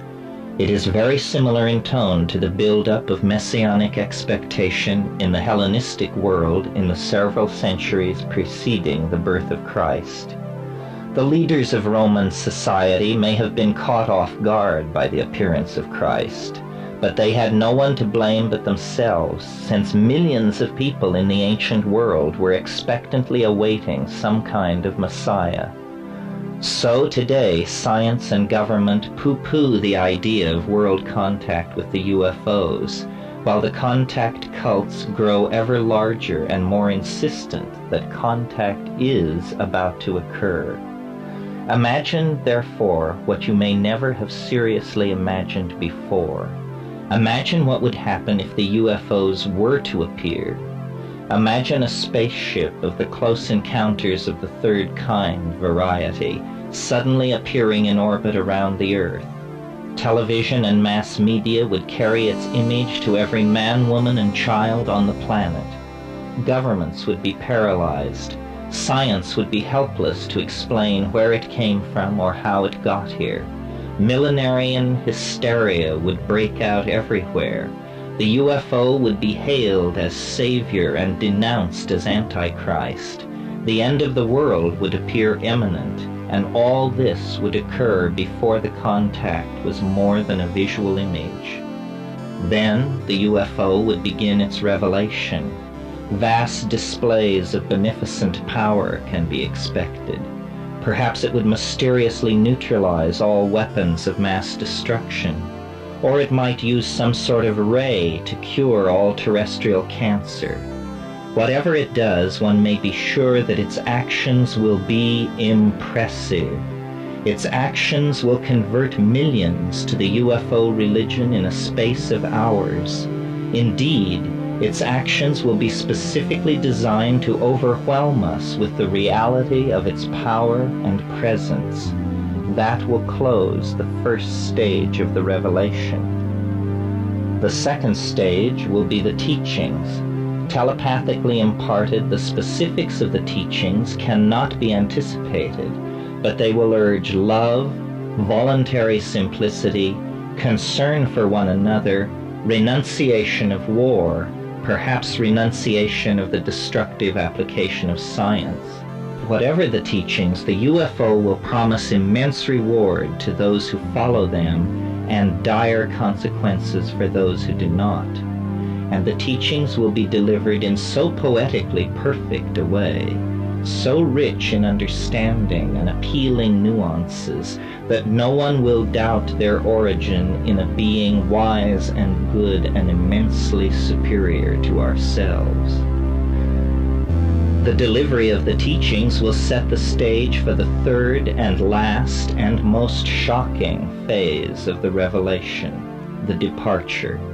The saucer, promising vaguely to return, will simply disappear. The entire process could take less than a month. If this seems a short time, recall that the entire public career of Christ lasted only 3 years. Christ's career occurred in a world where information could move no faster than a horse's gallop. Yet 3 years in one small part of the world was all that was necessary to launch a world religion that was vital for 1,500 years. In a world of electronic communication, the impact of the saucer's arrival, miracles, teaching, and departure would be incalculable. even if it all occurred within a month. The saucer would leave in its wake a science utterly unable to provide any answers to the important questions concerning what had gone on. The vast majority of people would be fanatical converts to the teachings of the saucer, and any institution in opposition to those teachings could expect to be swept away almost overnight. The departure of the UFO would create a sense of abandonment, the agony of which could be expected to echo in the human psyche for centuries. The only panacea would be the religion of the saucer, the religion left behind. Science would be discredited and soon abandoned in favor of 1,000 or more years of exegesis of the Saucerian message. Is it not a familiar pattern in the light of our discussion of Christ and Rome? What will never be said in the wake of such an event, and so must be said now, while there is still time, for all of the above could occur and yet still be deception. A benign deception, designed to save us from our advanced science and infantile ethics, but a deception nevertheless. The saucer, no matter how alien it appears, no matter how advanced its demonstrations of power, is not a vehicle from some other star system. It is the oversoul of humanity up to its oldest trick. If one knows this, one can live through the revelation and the destruction of our scientific world, and yet evade the immense power of this most powerful of all transference phenomenon, and thereby maintain the integrity of one's own soul and spirit. Remember, I am not a debunker of flying saucers or a defender of science. I am a contactee, and this book is the painstakingly told story of my own involvement with the UFOs. I am one of those Vallée has pinpointed as being a carrier of ideas that pave the way for the scenario I have just described. Yet from it all I have learned that there is no religious revelation more satisfying than the hard-won fruits of simple understanding.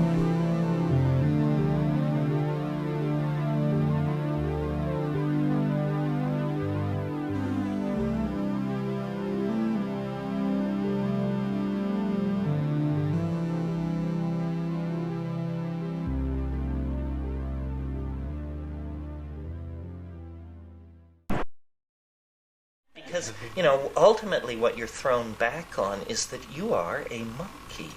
It's nothing to be ashamed of, but on the other hand, it's nothing to write out of the equation either. You're a monkey, for God's sake. And yet you're asking to understand the nature of reality.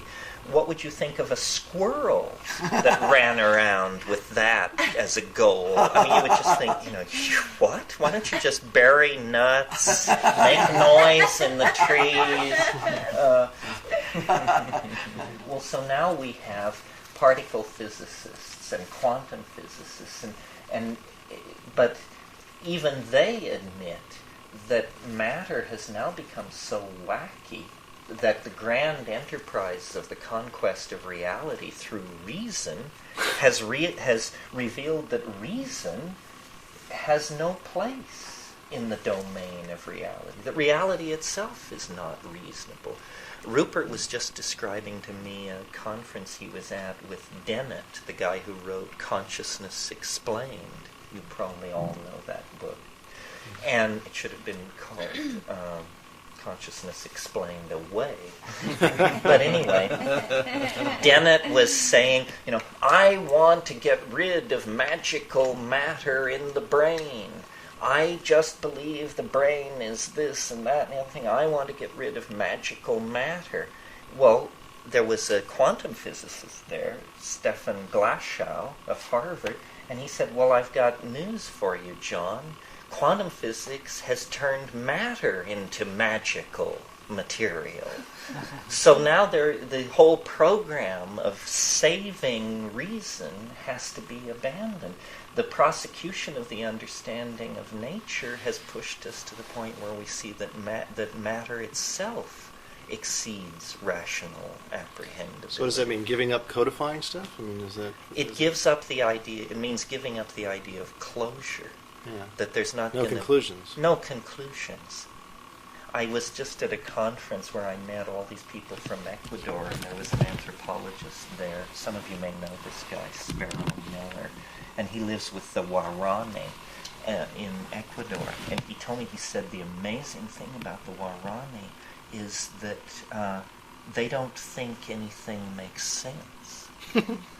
That's their official explanation of the universe, is that nothing makes sense. That's true to me. And so they are completely at home with that. Consequently, their contribution to epistemology has been vanishingly small. On the other hand, they have a very good time and are quite comfortable with their wives, children, In other words, animals. they don't understand anything.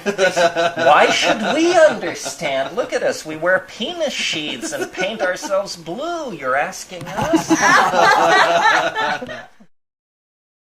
It's not at all clear that we're mapping a generalizable reality. It may be that it's just so huge in there that never do we pass through the same matrix twice. Well, that means you can give up on closure. You can give up on any theory that will ever give you very much of a more than provisional handle on what's going on. And I think this is probably a good step to take, to open ourselves to the freedom that lies beyond culture. Culture is a kind of prison, and the only way that we know to get beyond it is to dissolve its boundaries. Now, you can do that with psychedelics, and then you really explore the baseline of being, or you can dissolve it with travel. But then you dissolve your own cultural programming only to discover you've fitted yourself into somebody else's cultural programming. And this, while, definitely educational, is like a psychedelic drug I'm not that fond of. I do a lot of traveling, but it's not the same thing as replacing space and time with some kind of alternative. That comes from doing the hard work on 5 grams in silent darkness. And really what you see, I think, is the morphogenetic field, the invisible world that holds everything together, the knit of it all, not the knit of matter and light, but the knit of casuistry, of intentionality, of caring, hope, of dream, of thought. And that all is there, but it's been hidden from us for centuries because of the exorcism of the spirit that took place in order to allow science to do business. And that, momentous and ill-considered choice then has made us the inheritors of a tradition of existential emptiness, really. But that has impelled us to go back to the jungles and to recover this thing. It's all of a piece, you see. I mean, these people in the Amazon and whatnot were keeping this cultural flame burning. But these cultures are now all dead. They are either dead or in a state of advanced suspended animation. It's a very strange enterprise. I mean, it's hard to put it across because the thing is, it's real, and we're in the effort, in the habit of thinking that the mind can move unobstructed from one edge of the universe to the other, that there are no secrets. But actually there are secrets. At least these are secrets, and hard to tell. I mean, I tell them, and you hear them, and we seem to have been allowed a cosmic dispensation. But why that is very hard for me to understand. I would have thought that this would have been headline news 20,000 years ago, right up until the present. Instead, it's very tentative. Apparently, this is very threatening to us. We are not as eager to sail over the edge collectively as we think we are. So then it becomes the function of the shaman, the gadfly, the go-between, to carry information back and forth between these worlds. I'm convinced that if there were no shamanic pipeline, there would be no human life as we know it on this planet. I mean, there could be climaxed animal life. There is no need for this higher order linguistic style of self-reflection to come into being. It's that something is plotted, something is working itself out in us. We are the cells of a much larger body, and like the cells of our own body, it's very hard for us to glimpse the whole pattern, the whole what is happening, and yet we can sense that there is a purpose and there is a pattern. Well, the way you connect the pattern with the lower level is by dissolving the boundaries of the ego and the self into this larger thing, and then it's found to be there, reflective on many levels. It doesn't require a mechanism. Everything is obvious. If things don't appear simple to us, I think it's because we haven't thought about it long enough. Well, so that's sort of a survey of some of this stuff. Thank you very much.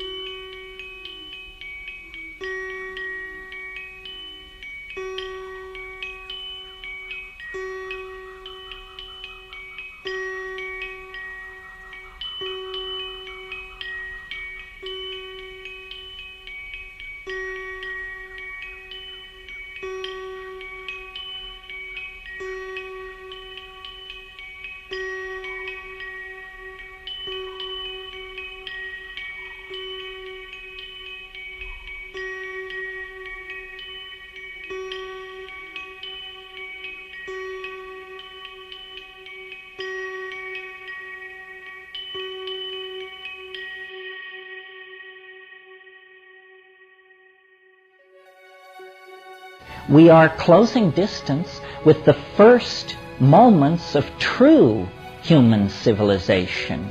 You know, when people actually do treat each other with respect, when there actually is a place made for the celebration of human differences, when we actually do feel the suffering of the people around us and respond to that. So without psychedelics and the models that they make possible, hope is, I think, a very, very fragile thing. And that's why I take the position that I do, because I think that we are on the brink of the adventure for which we left the trees and left the African plain.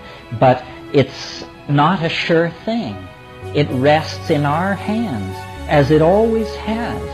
I mean, remember that in the last million years, 9 times the ice has moved south from the poles, miles high, pushing before it our ancestors, people wrapped in skin, naked as jaybirds, marginal as can be, no antibiotics, no global weather forecasting, no nothing. And they didn't drop the ball. They survived. They took care of their children and their elderly. They passed the skills and the technologies and the insights and the songs down the long stream of time. Can we do any less? We who have in our hands the power to shape the planet for good or evil, we who can communicate with each other globally in a moment. It would be a pretty sad commentary on the notion of cultural progress and intelligence if they could keep the faith and we can't. So it all went for this. It will all be made clear in the lifetime of most of us. And so I just want to sort of close on that note, invite you to keep the faith, invite you to explore the edges, and to make of yourself a vessel, a conduit for the world-transforming logos that is trying to speak to all of us to create a sane and viable and celebratory world for our children and their children. Thank you very much.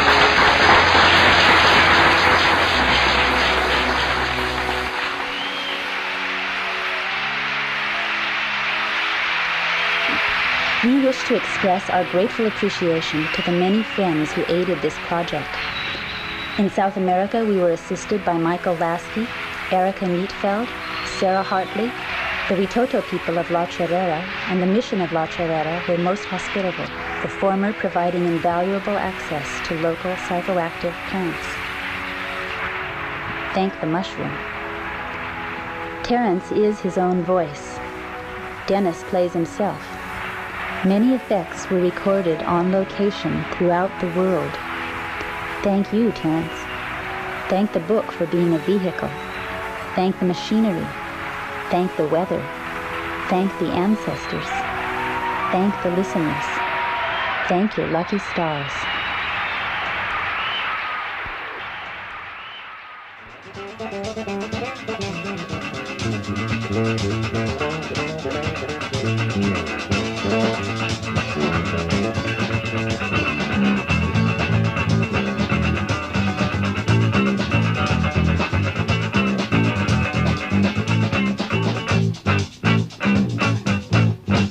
Born into a highly intellectual community, went to highly intellectual school. We read highly intellectual books according to a highly intellectual rule. Don't you know what I used to know? Disappeared on the river like falling snow. Lord above, when it came to love, I was a highly intellectual fool.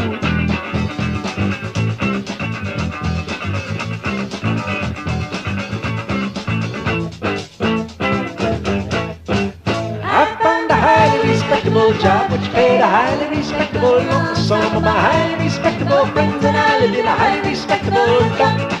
Don't you see what I used to be? Disappeared on the river just flowing free. Lord of strife, when I came to life I was a highly respectable chump.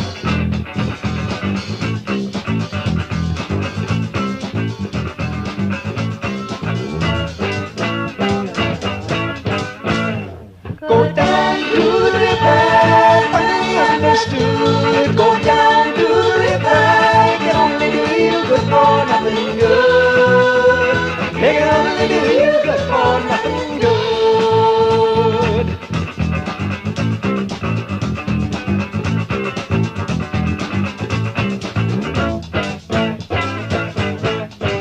Stepped into a highly sensational society in my highly sensational shoes. I sang highly sensational songs along with highly sensational you. Just to prove that we still can move, meet me at the river, let's roll that groove. Lord alive, are you here tonight and in a highly sensational mood?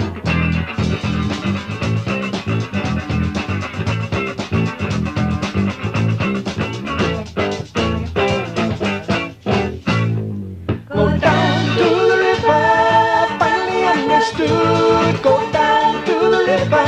It can only do you good for nothing good. It can only do you good for nothing good.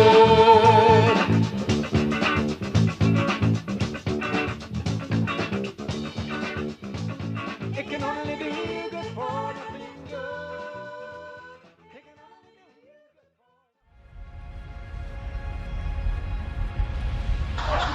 We've now reached the 22nd of March, 1971, and I was just, I couldn't talk to anybody. I was in a very, very, very, very strange place. I mean, things went on, well, just as an example, because there wasn't much of this 3D stuff that you could wrap your mind around, but everything was teaching me.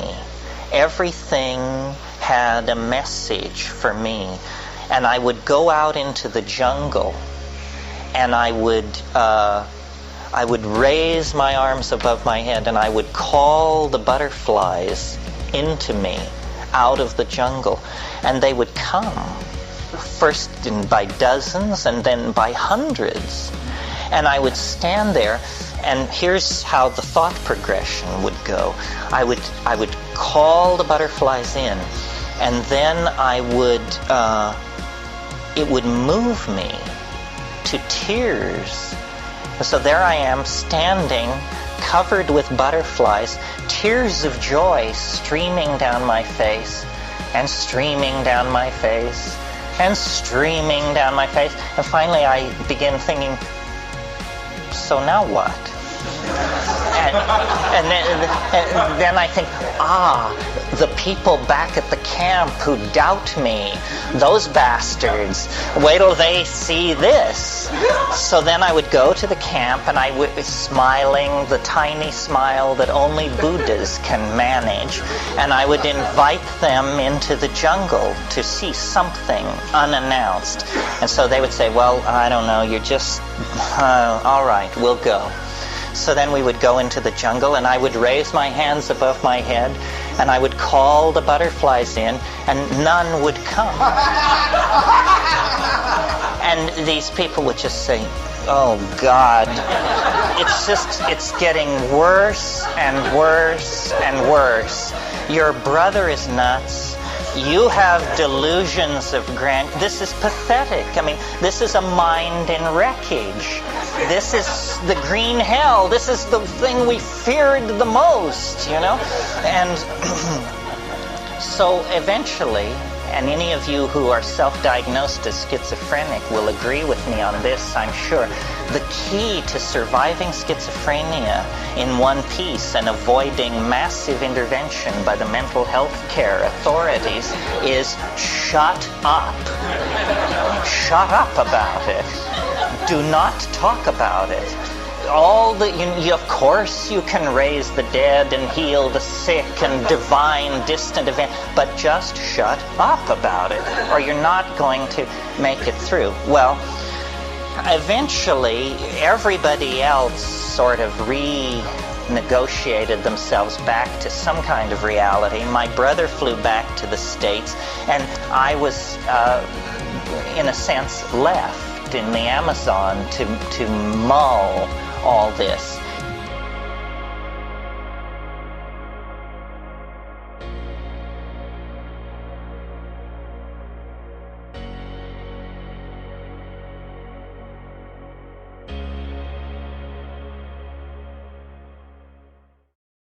The mushroom once said to me, "This is what it's like when a species prepares to depart for the stars. Not to worry." Well, they've been speaking to you for a while, haven't they? Long enough. Long enough. In my highest states, I have had the insight, which I will convey to you without saying it's true, that this is the most limited form of existence you will ever know. you can't be deader than this. This is the bottom line. And so the good news is it's only up from here. Any similarity to persons living or dead is purely coincidental.